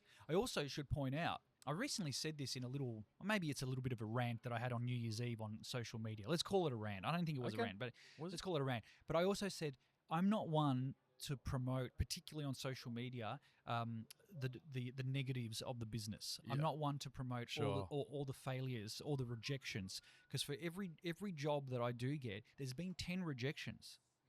They still happen. Wow. You know what I mean? Like you've lost 10 jobs, but the one you're seeing online is the one I got, and makes me look quite successful. And I am successful because I'm busy, but there's been so much rejection. Yeah. as well that I don't talk about, that I don't show you. I don't need to show you because I don't want no sympathy. This is not. I don't do this job for sympathy. No, better luck next time. I don't need any of that. I'll just give you. I'm happy sharing the successes, and I don't do smoke and mirrors. If something's real, it's real. Yeah. It's tangible. I hate that whole, I've got lots of stuff coming up. I can't talk about it right now. Most times are not. A lot of people that say that, there's nothing coming up. Usually there's nothing coming up. It's I designed. better delete my last post. I'm joking. It's I haven't designed so posted that. people can go, oh, can't wait to hear about it, whatever. Okay, cool. If that's what you want to do, that's fine. Most times are not. Not saying everybody does that, but I'm like, I don't want to do that. I don't need that. Is there You a don't gig? need Is to it do is it that. is Yeah. it booked? Is that a gig? Then I'll put it up. Yeah. You're busy actually hustling. And I think you understand, obviously, you've developed this resilience somewhere along the line. Wonder where that was. Probably at school, actually. Even though you grew up in an Italian area, I was bullied at school, a little bit in my earlier days. Yeah. And so I think us kind of foreigners, we develop this resilience that comes from bullying. Yeah, definitely. Like whatever. there's definitely resilience that I think you're right. I think definitely if there's an ethnicity that's not Anglo, you do develop a resilience. But within the industry, you have to accept it. You have to accept that you're going to fail sometimes. You're going to be rejected. You're not going to be asked for every gig. If you don't accept it, you're not cut out for the industry. You have to, because that's the nature of the business. Also, I have no plan B. Yeah, which is brilliant. I have no plan B. That's the one thing I picked up early when I was reading that bio. I was like, there was never a plan B. I have no other skill. Like You've I got a have great skill. That's a good skill, though. to have no other skill. Well, I mean, the skill that you have of entertaining. Well, entertaining is a skill, but I have no other qualification. The only qualification I have is a diploma of theatre, like in arts, in theatre development. But I don't know how to do anything else. I'd have to learn it from scratch. And having no plan B. Now, by the way, I should point out, there are a lot of comedians that listen to this podcast, a lot of friends of mine who have side jobs. And, mate, you got to pay your bills. Like, you can't. They are doing paid comedy work at night and got a paid job during the day. Yep. Fine, no problem. You've got to pay your bills. Understandable. Yep. But for some people, no plan B is the drive. Yep. And again, going back to my very early point, you don't need to be famous in this business to be a full-time performer. It's not about fame. It's about landing gigs that pay. Yeah, which is brilliant. I mean, it's awesome that you've been able to develop that. But it's interesting when you couple it with the no plan B thing. I look at someone like you, and so I keep looking over there just because What's going on? it's just how I think. Oh, I think I'm able to articulate a thought by out sort there. of looking out there, out into the ether, and hoping that it just kind of lands into my brain. But I used to look down, and then people just thought I was looking at my groin. I was thinking, my cock's not big enough. yeah. So, are you looking at your groin? No, I'm just thinking. Yeah. Okay. Looking down's a bit of a submissive one, but I sort of look away. I don't want you to think I'm distracted. Nah, all good. But I think, like I said earlier, it's the thing that's different about you to the other people is that at some point they're having to transition out of a job into comedy as full time or performing full time. Yeah. But you don't know what that's like. No, I don't. Which is interesting. No. It's kind of cool. You don't know what it's like to have to want to strive to leave the thing that you're currently doing to go and do the thing that you want to do. That's right. Because I've always had You're it blessed. in me in some way. Oh, that's very nice of you. But I mean, I'm also going to say that, like, and I think I've already said this. You're not just blessed. You've put in the work. You have. There's no doubt about it. I have put in the work, and I continue to put in the work. So I'm not saying you're lucky. No, because at the end of the day, blessed. I do believe you can only create a certain amount of your luck. You have to put in the work. There has to be a little bit of luck from the universe too. Sure, that there is a percentage of that. You can't shy away from that, particularly in this business. You can't say that's not true, because it is. You do need a little bit of luck from the universe, but the rest is all yours. And I'll give you another example of hustling. Most teenagers, when they got to 15, 16, they maybe got a little part-time job somewhere, like McDonald's or something, whatever. I had a lot of friends that worked at Macca's. I was off doing community radio. I was off doing unpaid work in the entertainment business. Yeah. Unpaid. Yeah. They were getting paid. I was going off doing community radio. That was my love. I wanted to be in the industry. all that community radio work that I did landed me jobs at Fox FM, 3AK, Yep. SEN. Like, they landed me jobs across a whole bunch of radio stations. Mm-hmm. When I walked in, I knew exactly what to do. Like, I didn't even need to be, Trained or quick course in whatever the system was, but I knew. So, again, you can hustle from a young age as well. So they were off doing sports and Maccas and earn a bit of cash, and I'm off doing basically volunteer work. It's funny where our lives take us. In my business. Yeah. Do you ever look back at people that you went to high school with, or are you still connected with any of them and go, wow, Some of look them. where your life's taken you? Some of I them. bet you that people that look at you from high school probably think to themselves, this makes so much sense when they look at you, that you're doing what you're doing. Yeah, it does, because they always knew I was the thespian. What's a thespian? It's a person who loves the arts. Right. Not to be mixed up with a lesbian, but a thespian is a person of theatre. Of theatre. A thespian is a person of theatre. That is the one thing I Um, was thinking when you said thespian. I was imagining two women with Two mullets women, together. No, thespian is a person of that loves the arts. No, they all, yeah, it does make sense for them, because I was involved in all the musical productions, anything arts or performance. I was always part of it. So, did they ever think that I'd make a career out of it? Maybe not. Probably not. Mm-hmm. But does it make sense? It does make sense. Yeah. Yeah, that's interesting. And but to you, does it make sense? Do you ever look at your life and go, this is not where I imagined I would be, or this is exactly where I imagined I'd be? Do you ever have those moments as well? The only difference I have in that is that I, as a teenager, my real passion was to be an actor. Yeah. And I still am, but to be, and I have done a lot of drama as well, but to be more of the traditional actor. Right. Eric Banner. Yeah, Eric Banner. Yeah.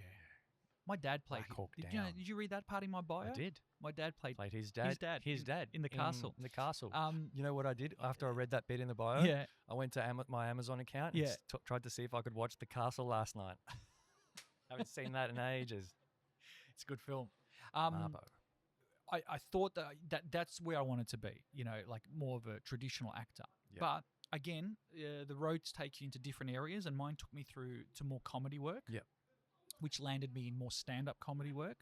And I'm absolutely thrilled about that. I'm happy with that. And I still get acting work. It's not that I don't. But it skews more to the comedic, which I'm fine with. It's not a problem. Yeah. So in essence, yes, I am where I wanted to be. But again, we always strive for that new opportunity, that thing that brings you another step up the ladder. Yeah. And you said this before, and you never stop dreaming. But are you still dreaming? Do you still find yourself wanting to dream and strive for something? Yeah, definitely. Is it that thing? Is it the actor thing, or is it something else? Has it changed? It's that's a good question. What is it? Yeah, what is it? It's an opportunity to move up the ladder a little bit. Yeah, to go to that next level. What's the next level? I'm curious because I don't know. know. Look, the next level, particularly for comedians, is as it gets easier to sell tickets to one of your shows, you're moving up the ladder. Okay. Because that means that more people, first of all, like you. Yeah. But your name is becoming bigger in the grand scheme, where all you got to do is put your name or your show out there, and it sells, and it puts bums on seats. And you have to work less to get those bums on seats. Yeah. So there's that level as well. Yep. And that takes time. It takes time, and you got to prove yourself, to your audience, as to why they should just like instantly buy your ticket. But what's changed, if you don't mind me asking? Like competition. Right. Much more competition these days, even within my niche of the whole ethnic comedy circle. Yeah. Lots more competition. Did you find yourself kind of like me, being a little bit caught in the headlights of all this social media stuff?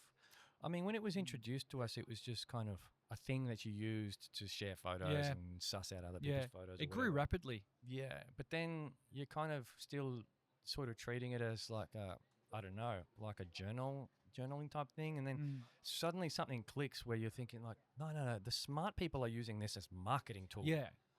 And so, because I noticed that you're doing lots of reels. Oh, yeah. You do a great job on your reels, by the way. Oh, you dress up and everything. Oh, You're yeah, a full because production. we do the characters and stuff. Yeah. But for the most part, I use all my social media for work. It's work-based. Yeah. I very rarely put like personal stuff up. It's very much work-based, geared towards work, promotion, marketing of the shows, marketing of the events. Yeah. I've decided to treat it that way. Has it always been like that for you, or are you like me, where you've sort of cottoned onto that a bit late? Initially, no.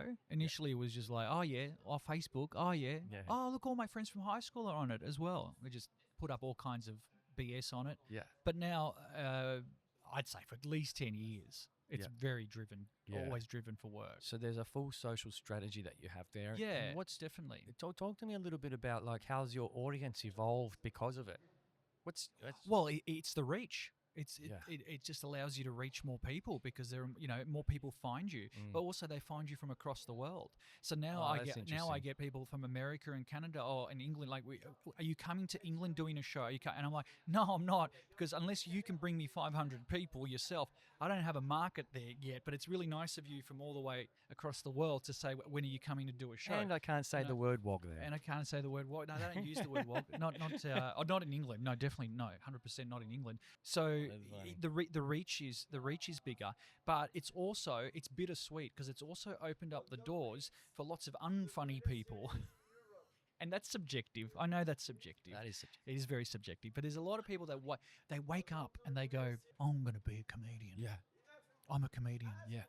And they change all their profile. Comedian.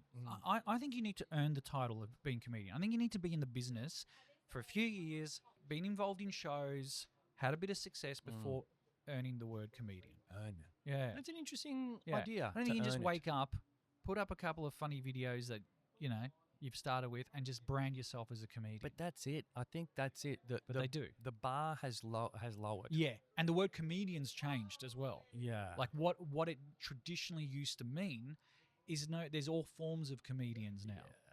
True. There's such a thing now You can as just be a TikTok comedian. correct, exactly. You took the words out of my mouth. I was just going to say you can be an online comedian where you have never done a live show, you've never performed in front of an audience ever, but for some reason your page has grown, you've got a big reach, you do funny stuff, people laugh, you're a comedian. And that is to me that's you're a not. format. To me you're not, but it's a format. Yeah, It's a format. It's a niche. it's definitely a format. It's a niche within comedy. And so we're battling with all these kinds of things. What I've always battled with is that I wasn't born on social media. Wasn't born with it. I guess that was the origin of my question is like, how has it been trying to adapt to this whole new world where, obviously there's new tools available to us, but also because of those new tools, and those tools are the only tools that the generation 20 years below us have only ever known their whole lives. Yeah. And so to them, they're probably sitting here thinking, what the fuck's he talking about? Yeah. This is rubbish. I can call myself a comedian. But You're right, because they don't know, any the different. traditional format of how to be a comedian or become a comedian with, with and I- doing live shows, You and I are the equivalent of the black and white TV days to them. Yeah, we are. Yeah. Remember when TV was just square and it Yeah. was black and white? Yep. And but we were kids. I had a black and white TV in my room. but we had color TVs We in our did. homes as well. We did. And so you'd look at the black and white TV and go, Yeah. that's old. Yeah. Yeah, we're old. Pre-social media Yeah. peeps are old. We're old. That's right. We were in color, They're old. so we think we're modern. Can I just say, though, geez, I think we were so lucky to have both. We were so lucky. Because we can... You're right. We know the difference. We went through a huge part of our life without it. Yep. And so it's so beautiful to go back to the 80s. I love talking about the 90s. Oh, 90s, 80s. It's so wonderful that we were born when we were born. Now, that's okay because younger people might be going, so you're saying that it's shit for us. No. You can't help when you're born. That's all you know. But I'm just saying, we know both. I was around when you could just walk out of your house and go and knock on your friend's door and go and all play that stuff. cricket Yeah, for like all that 3 stuff. hours on the street. All that stuff, yeah. I miss that. Yeah, phone boxes, like he didn't have, there was just no other communication, Phone boxes. Yeah, phone boxes are great. I used to call my friends from phone boxes because I Collect didn't want my parents to Reverse hear. charges. I used to call the girls from phone boxes because I You didn't want did. my parents hearing at home on the landline. James I used to ride my Liotta. bike down to the phone box and call them from there. Little ladies man. We can go with that. The little Italian ladies man. Yeah, Italian There ladies, he is. man. Yeah. So, Yeah. and I think that's wonderful. But it's not to disrespect anyone that doesn't know that because you can't. You're born when you're born. Yeah, exactly. Like and you're right. That's all you know. That's all they know.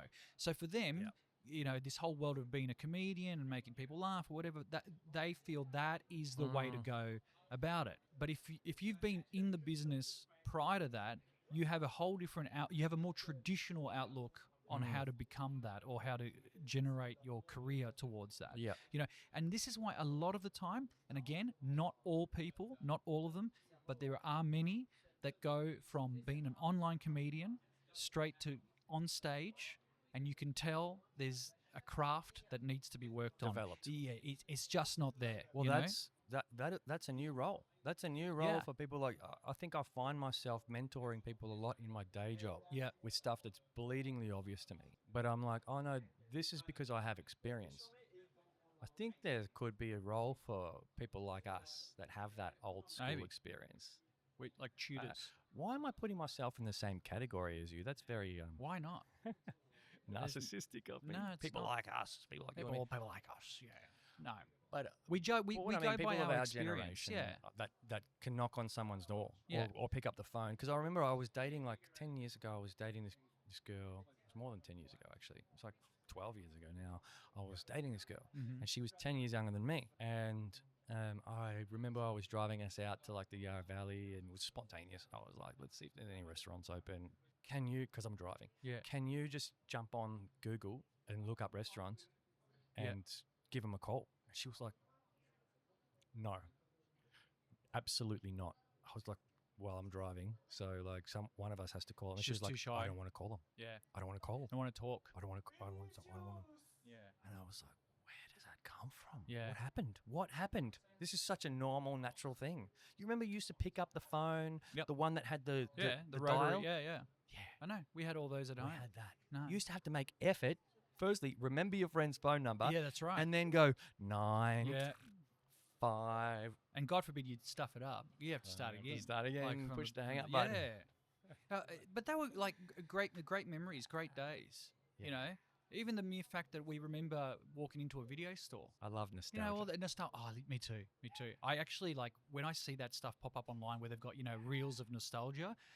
I get a bit emotional about that because there is something about it that was much better than these days also. And sometimes even more fun. Well, I think To be that age again. we were more present back we didn't then. know anything else. Yeah, we were more present Yeah. for sure. We were more Yeah. present because we weren't bombarded with information. Yeah. And one of the things that, you know, is interesting, it'll come up in a few conversations that I have on this podcast because I'm very passionate about it, is that I believe that we're the lab rat generation for technology. Tested on us. Yeah, it was tested on us. Yeah. It was unleashed on us. And one of the very sly things that the smartphone companies started to do was introduce notifications, which literally is like your fucking brain's going mental because you're out in public like this, you're Yeah. talking to someone like this, Yeah. but suddenly you got this buzz, this beep, bang. Bang. Yeah. And eventually, because maybe you're expecting a call or Yeah. something like that, or you started dating someone, you're really excited to get Yeah. a message from them, Yeah. you know, you feel the vibration Yeah. and you have a look, you check the phone. And then it's not them. It's just some phone. It's just a notification from your Google app saying how many steps you've walked or whatever.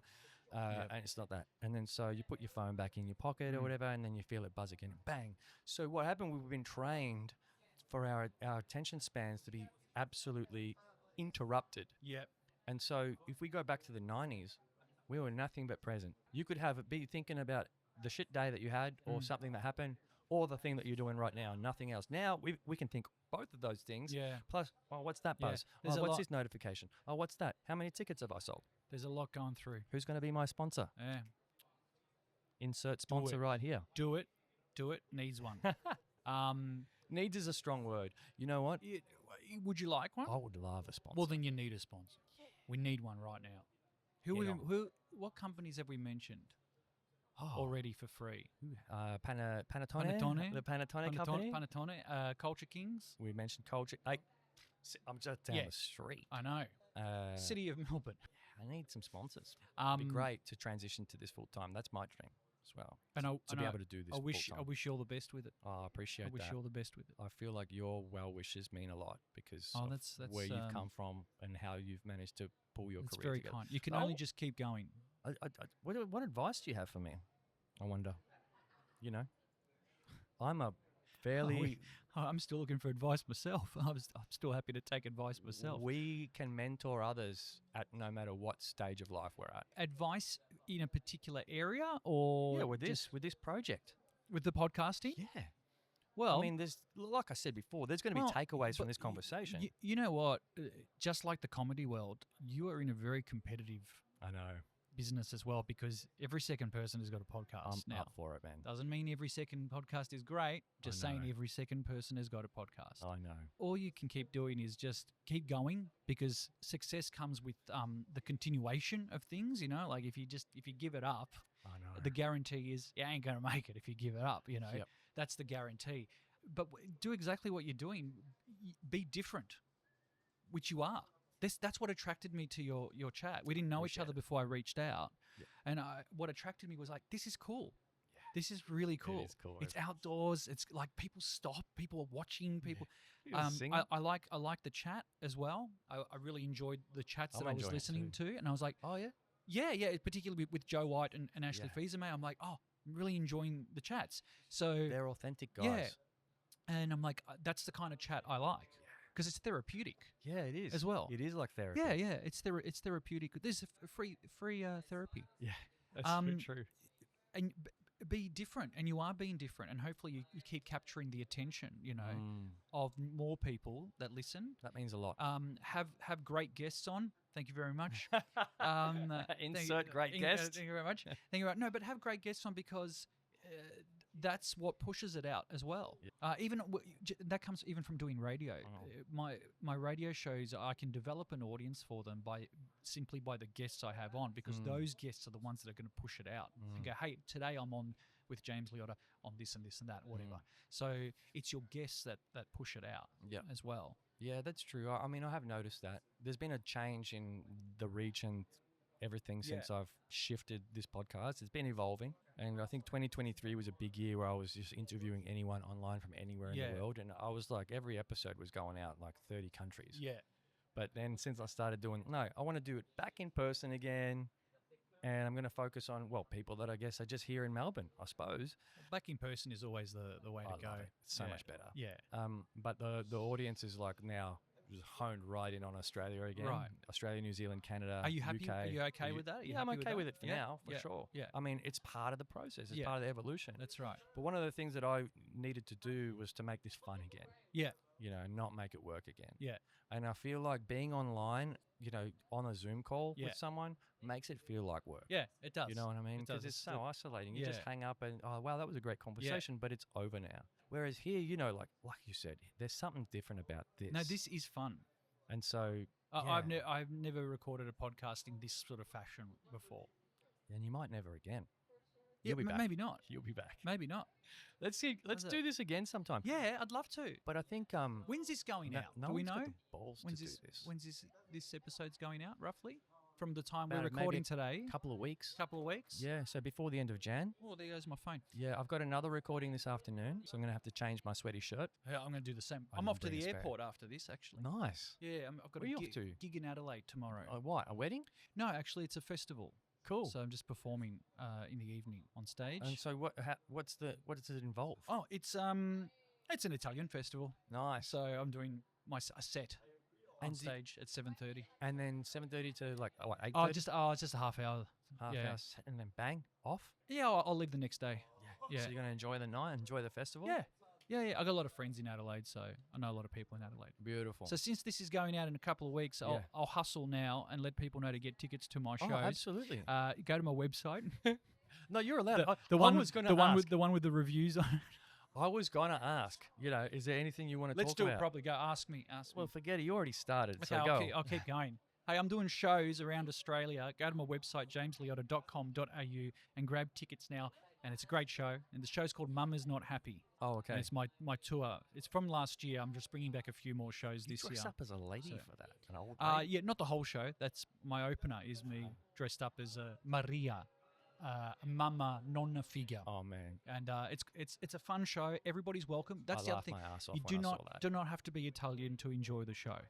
You certainly don't. We get a lot of genuine Aussies that I'm come not and enjoy. Italian. I love it. Yeah, you don't have to be It's Italian. funny. The show's in English to start off with. Bonus English. There's a few accents in there. There's a few accents, Can you yeah. give us an accent? Go on. Well, the Don't main, give it away. No, well, the main accent is the old school Italo-Australian accent. Which is... talking like this. You know, they talk like this. You like a panettone? You like a panettone? love It's a the nice panettone. panettone. It's soft and softer like myself. You know, that stuff. You know, all that stuff. It works much better when you're dressed up. But yeah, we play around with that. You plug the website, and your Instagram is Instagram's just James Liotta Entertainer. yeah, Liotta with 2 T's. Yeah, like Yep. Ray Liotta, who's Yeah. no longer Oh. with us. Oh, isn't he? No, he passed. Yeah, he passed a couple of years back. Yeah, I'm not up to date with my celebrity. great news. actor. Ray Liotta was in Yeah. what's that movie? Good fellas. Yeah, that's the meme or the Yeah. gif where they always have him laughing. Yeah, they have him laughing. Brilliant. Yeah, that's him. You know what's Yeah. funny? How you were talking about the revival of things. That you were talking about the nostalgia when Yeah. you see something old school on the new format. Yeah, And it's so funny how that was a great movie. It's an old movie. yeah. But then fast forward to today, someone's turned that into a GIF, turned it into a meme. Yeah, that's right. and Just now from it gives it just from relevance from again. the picture. Yeah. It blows my mind, Mm. the one thing that I know that we need to do in life is maintain faith. And you were talking about you were giving me advice before, you were talking about just keep going. Mm. I was on the phone to this guy last year who's got a podcast. It's done reasonably well. It's about films. Yep. It's a film review podcast, Yep. kind of like a Margaret and David type of thing. Yeah. And it was our first phone conversation. Yeah. And he goes, before I give you any sort of feedback on the podcast, I just want to say one thing. Congratulations on not giving up. And I was like, that means so much. Because there's moments where you just like, what am I doing this for? You know what? We should congratulate each other more for not giving up in this kind of business. And podcast comes under that whole umbrella of entertainment. It does. And entertainment we know is always competitive, and so not giving up is the key. Consistency and not giving up, because as I was saying before, if we give up, that's the guarantee we will not get anywhere. If you want to guarantee something, is that you won't get anywhere if you give up. Yeah. Now, That's true. will your dreams all come true? We don't know. We That's don't up to the destiny of your life, and you can't determine that. But then you go back to another old school saying is you don't want to live this life with regret either. That's So true. if this is something that's really special to you, It that's in is. your blood, keep it going. Because look, if it doesn't get to where you wanted it to get, you can always leave this world one day, long time from now, going, hey, I did it though. I did it. I did give it a go. That's true. And I did. I only gave up Yeah. when the Something else happened. circumstances became Sure. different, Sure. But you didn't give up from that purpose of like it can't be bothered anymore, Yeah. or I'm a failure, or that sort of stuff. You know what I mean? Yeah. Lack of motivation. Lack of or motivation, drive. all that sort of stuff. So the reason why you may have let go of it is not one of those, but something a bit bigger than that. But you can always go, Yeah. I think that's a good point. yeah, you can't give up, because if every performer or every comedian gave up after a couple of years because they weren't famous or a huge success, Yeah. you know. Yeah. I think for me, it got to a point this year. I think I told you I started doing video this year. Yeah. Did I tell you that before? I think you have mentioned it. Yeah. I have mentioned it. Yeah. No, this whole conversation's been a fun It's a blur. Yeah. But, I started introducing video. Then, going back to the point about bringing it back into person, I knew the two things. I wanted to do this in person again to make it as fun as possible. Yeah. And I knew that if I made it as fun as possible by doing something different, Yeah. and not different for the sake of being different, Yeah. I was just naturally drawn to this spot. I didn't have a studio. There's mobs in Richmond or wherever yeah. charging $600 a session Yeah. for a podcast. I Yeah. can't afford that. I'm not Yeah. sponsored. But then I had to be creative and figure something out. I know, but then I look at them and go, nothing wrong with their podcast content wise, but I kind of go, geez, it looks like this. It looks like the same old sort Homogeneous, of, yeah, the rampant. studio look always the same. It's just Yep. the same old thing. This is different. Yep. It's a free set. It's totally free set. And I put in the work to make it well, a set. I love that. And that's fun. But you can take. I Did gotta you cut put? to Did that. you put the hooks? Yeah, You did. I did. Who graffitied the hooks? I don't know. Okay, so City of Melbourne know that? I brought the hooks. This is a fire escape, and they're not blocking the door. So I brought the hooks, Yeah. right? And now I'm going to have to cut this up there so people can see. I brought the hooks, and I brought a Sharpie, and I Yeah. coloured them in black. Yeah. And there was another piece there before. So this set changes, by the way. Of course, with whoever It puts, changes almost every episode, Right. or every few episodes. That's incredible. Yeah, which so is you can nuts. go back and go, hey, that it looked like this, it looked like that, it looked like that. Yeah, Go and watch Joe's again. Yeah, it's You'll different. see Joe's. Yeah. There's red and blue. Yeah. That's incredible. And so I came with the hooks, and I was like, they're bright white. They're Yeah. 3M hooks, bright Yeah. white. I was like, I don't want it to stand out like dog's balls here. So what I'm Yeah. going to do is bring a Sharpie. I brought a black Sharpie. Yeah. And it made them look less, Yeah. you know, So they like didn't stand out. stand as much. out. Yeah. But they still stood out because there you've got this art piece and there's these two black things there now. Yeah. And it's kind of like, I came back a week later and someone sprayed over them. And I was like, this was meant to be. You know what? Everything is just working out. It's fantastic. Everything's just working. Fantastic.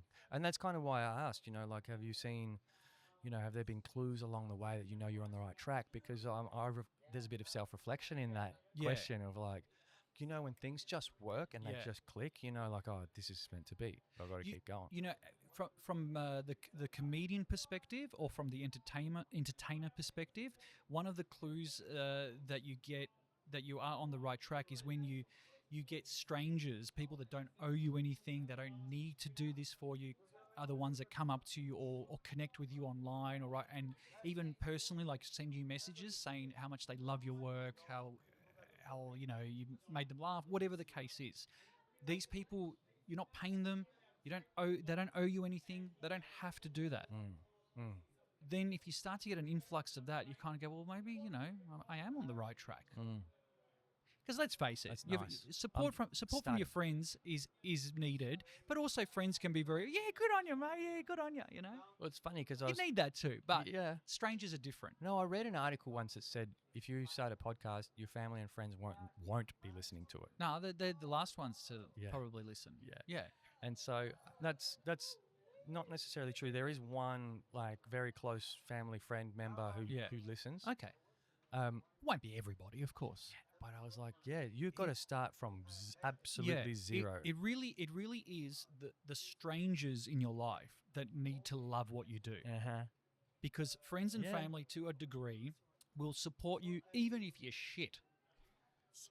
And unfortunately, they You don't want their support. But unfortunately, it's not genuine. and some people, family and friends out there, if there are people in your life that are really close to you, that are related, and maybe they're not cut out for this business, stop telling them that they're fantastic. I'm putting this out there. Stop telling them, be a little bit more honest, because if they're not everybody's cut out for it. That's just a reality. Not everybody's cut out for it. Stop telling them that they're amazing, particularly if they're very little and they have no talent whatsoever, because you're making them grow up thinking that they do. That's funny. That reminds me. A lot of people aren't going to like that comment, by the way, but I've just said it. That reminds me it's of true. the meme that you put up, the reel you put up the other day where you were like, oh, I got to study for an exam.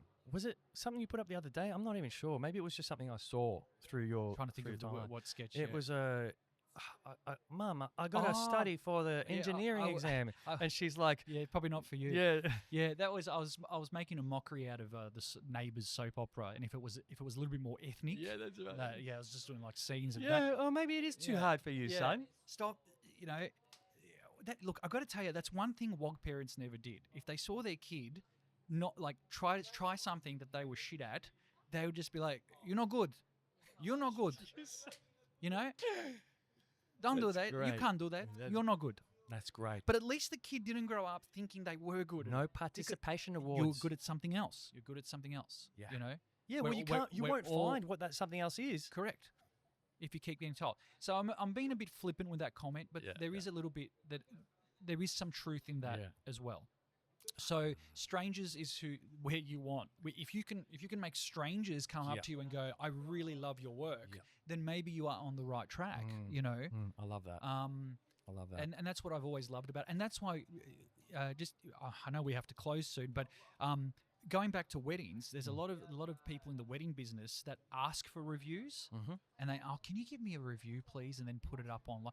I never ask. I've never never, ever, and I never will. I will never ask a Well, you just couple get them. to review, because whatever comment they send me, whatever thank you they send me, and not every couple does send a thank you, but whatever they do, that's the review. The review is their thanks. Yeah, yeah. But I never ask for it, because if I asked you, the chances are, even if you hated my work, to not be mean, you're just going to write up something, go, "Oh yeah, we really love James's work. He did, you know." But you might have thought I was shit. Yeah. I'd never ask for a review. Interesting. If you want to send me a thank Interesting. you, that becomes my review.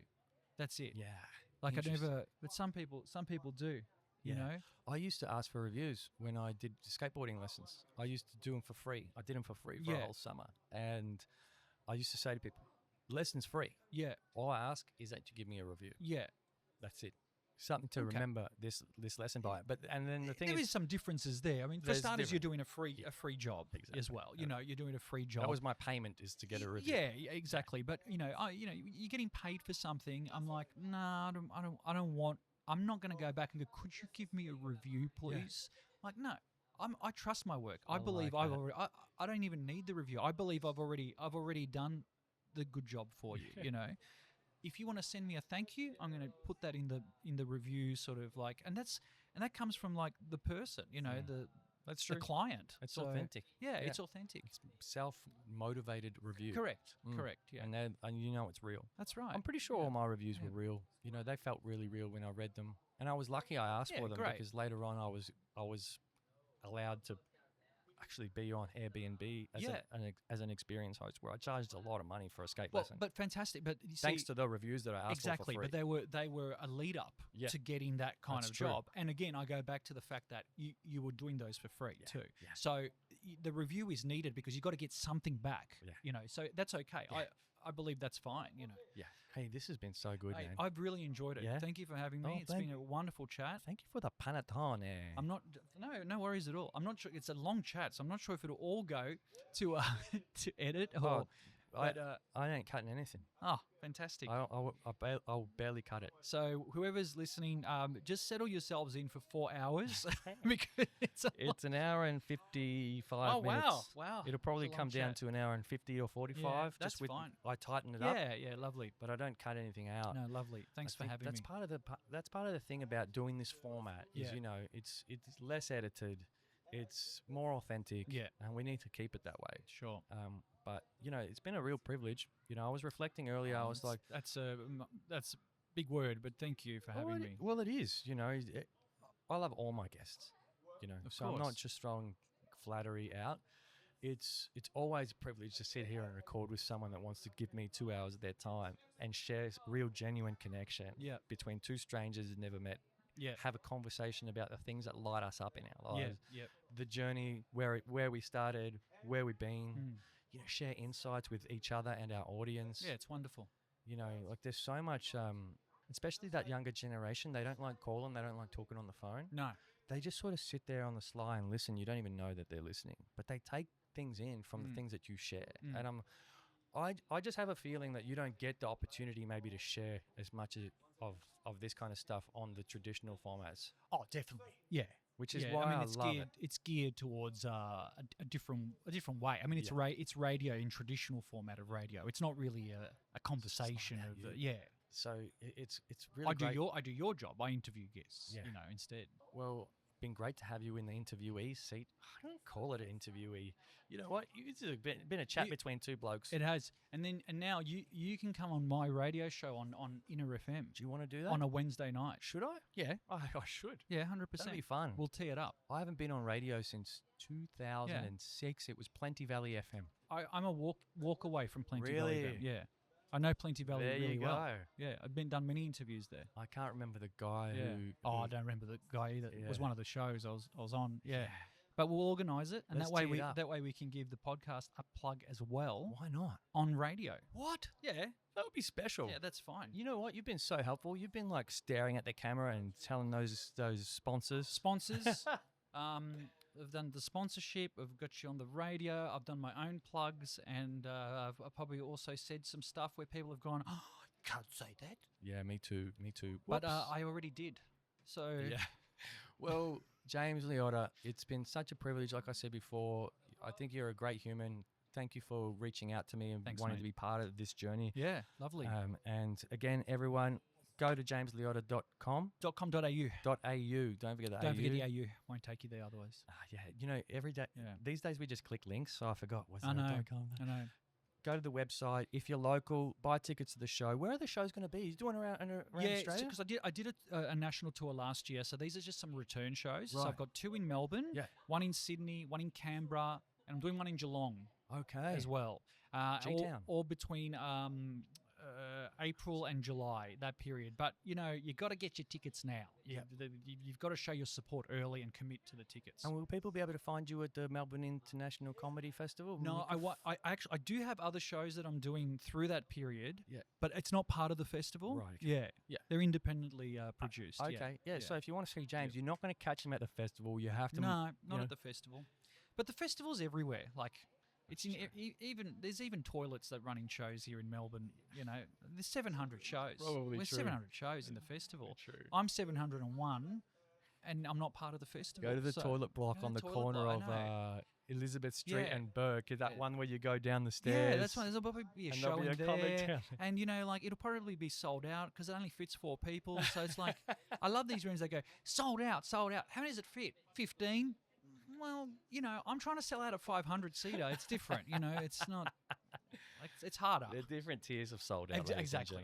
There's different. Well, tiers. I'm looking forward to the day where we're still connected and I have you as a phone contact. You already do. And I'm sure you do. and you're selling out the 5,000 seaters. Well, it's a while away, but yeah, we'll work towards it. No, Let's work towards it. just keep doing what you've been doing. Yeah, that's right. We Continue just to gotta be grateful and keep going. I think you're better than you realize at attracting things. I think you are. I hope so. Because every action of asking is an action of faith. That's the thing. Yeah. And I love that. You've really taught me a lot today about, having faith. Yeah, and definitely, not everything we ask for is going to come our way. We're not going to be granted everything we ask for, but you may as well ask for it. It's not going to hurt you to ask for it. The worst thing that will happen is you'll get no or get knocked back, and it might disappoint you for a little while, and you'll just pick up and you'll move on to the next question, the next ask. So, and it's okay to be disappointed. There's nothing wrong with with being disappointed. It's an emotion. It's real, and it's absolutely fine to be disappointed. It doesn't last forever. And it doesn't last forever. Yeah. I love that. But don't need to hide it from yourself. If you're Mm. disappointed. Have that shit day where you're disappointed. Have that angry day. But learn to pick yourself up as well and move on. Beautiful Learn advice. both. Learn both. I love it. James Liotta, it's been a pleasure having you. Thank you, mate. Let's clap Appreciate it out. it. Woo! Done. I better clap that out as well.